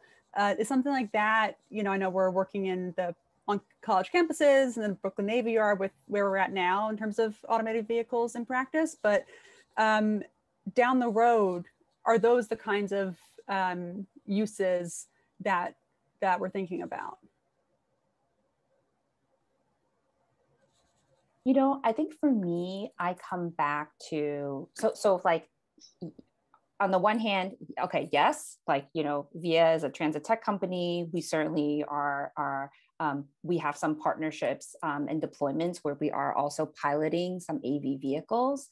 But I would say, especially in terms of like New York City or New York State per se, I think that, I definitely hope we can get, to a place where we're really talking about outcomes, and that like every New Yorker, regardless of your, physical ability or need or income or like your zip code, that you have access to affordable, reliable, efficient transportation that doesn't necessarily involve getting into a single occupancy vehicle. To me, that is like the penultimate goal here of what we're trying to do. And And we did get a couple questions about sort of the infrastructure that will allow us to pursue this massive shift to electric vehicles. And Keith and Robin, you touched on that a bit. Actually, all of you did touch on that. But anything else we're missing there? I mean, one question was protecting against blackouts. Keith, you mentioned sort of the importance of resiliency measures. Enhanced security, I'll add to that. We've seen attacks on grids. We've seen the increase of cybersecurity attacks. Is that something we should be thinking about right now? Yes. Yeah, so that when we talk about resiliency for the electric infrastructure, actually the two big issues are, well, maybe I'll say three. One is IT security, right? You know, we saw the pipeline ransomware. In my government day job, we are the default fueler for both public and private emergency assets in the city. So we're pretty sensitive. If liquid fuel isn't rolling, they call us, and that's a big problem. You know, and we want to make sure as we go to an electric charging infrastructure that that's not equally vulnerable. And there's a change happening, right? So the electric vehicle thing is awesome, but it really was early adopters, right? It was tree huggers and it was people who cared. We're now going into fleets. We're going into the post office, the school buses, the police department, right? This is going to have to be an infrastructure that is far more resilient, that's going to need to operate 24/7, have emergency operations. When there's a blackout in the city, Con Ed shows up at OEM immediately. Well, pretty soon the EVSE providers are going to have to show up immediately too, and I'm not so sure they're ready for that. Two is basic things like fail-safe, making sure that if you have a network problem, your customers can still use the chargers. I'm not so sure that's true today. And then backup power, right? So one of the things that we're doing, you know, we operate 89 solar carports, freestanding solar carports, the largest type project in the world. And they're all over the city, and I hope you've seen them. They're in parks. They're one at the municipal building where I'm sitting. Those are not on the grid, right? So those are solar, and we're charging about 3 electric vehicles at each of those. And so that's one example of backup power. With the Department of Correction, we tested something called a MOBI, a mobile charger. And we're going to be doing more of that, essentially a battery on wheels. And there's a lot more we can do in that. We operate 65 liquid fuel trucks. Pretty soon, we're going to have to operate essentially electric battery trucks, you know, big trucks. So there's a lot more that's going to need to be done on that front. And it's a really important area of focus. I, again, wish we had more time here. There's a lot more to talk about, but I want to close things off here. I see Kay popping in. We're out of time, but thank you to all of our panelists. This is great. A lot to think about for the future, and a lot to get excited about. And with that, I will pass it back over to Kay. Thank you so much, Annie, and thank you so much to all our panelists for participating in our last panel of the day. And thank you again to our sponsors, Dataminr, Siemens Mobility, T-Mobile, Global Strategy Group, Ostroff and Associates, VIA, and Cubic Transportation Systems. And I'd love to flag a couple of future events that we're hosting for anyone who might be interested in joining us. On December 10th at 10 a.m. at the Museum of Jewish Heritage, we'll be hosting an event on making New York the crypto capital. Registration is free and can be found on our website, and will also be available in follow-up email. We'll also have our final in-person event of the year in December 15th. It's for our Responsible 100 luncheon, our hallmark event. We're really excited to be bringing it back in person. Tables can be purchased by contacting our events team, and will also be linked in a follow-up email to attendees. And we also have another exciting event hosted by our sister organization, New York Nonprofit Media, for their first in-person event called BoardCon on January 27th at 8:30 a.m. at the Museum of Jewish Heritage. Registration is also available on our website for that, and it will also be available in a follow-up email. Thank you so much to everyone, and look forward to having you join us again in the future.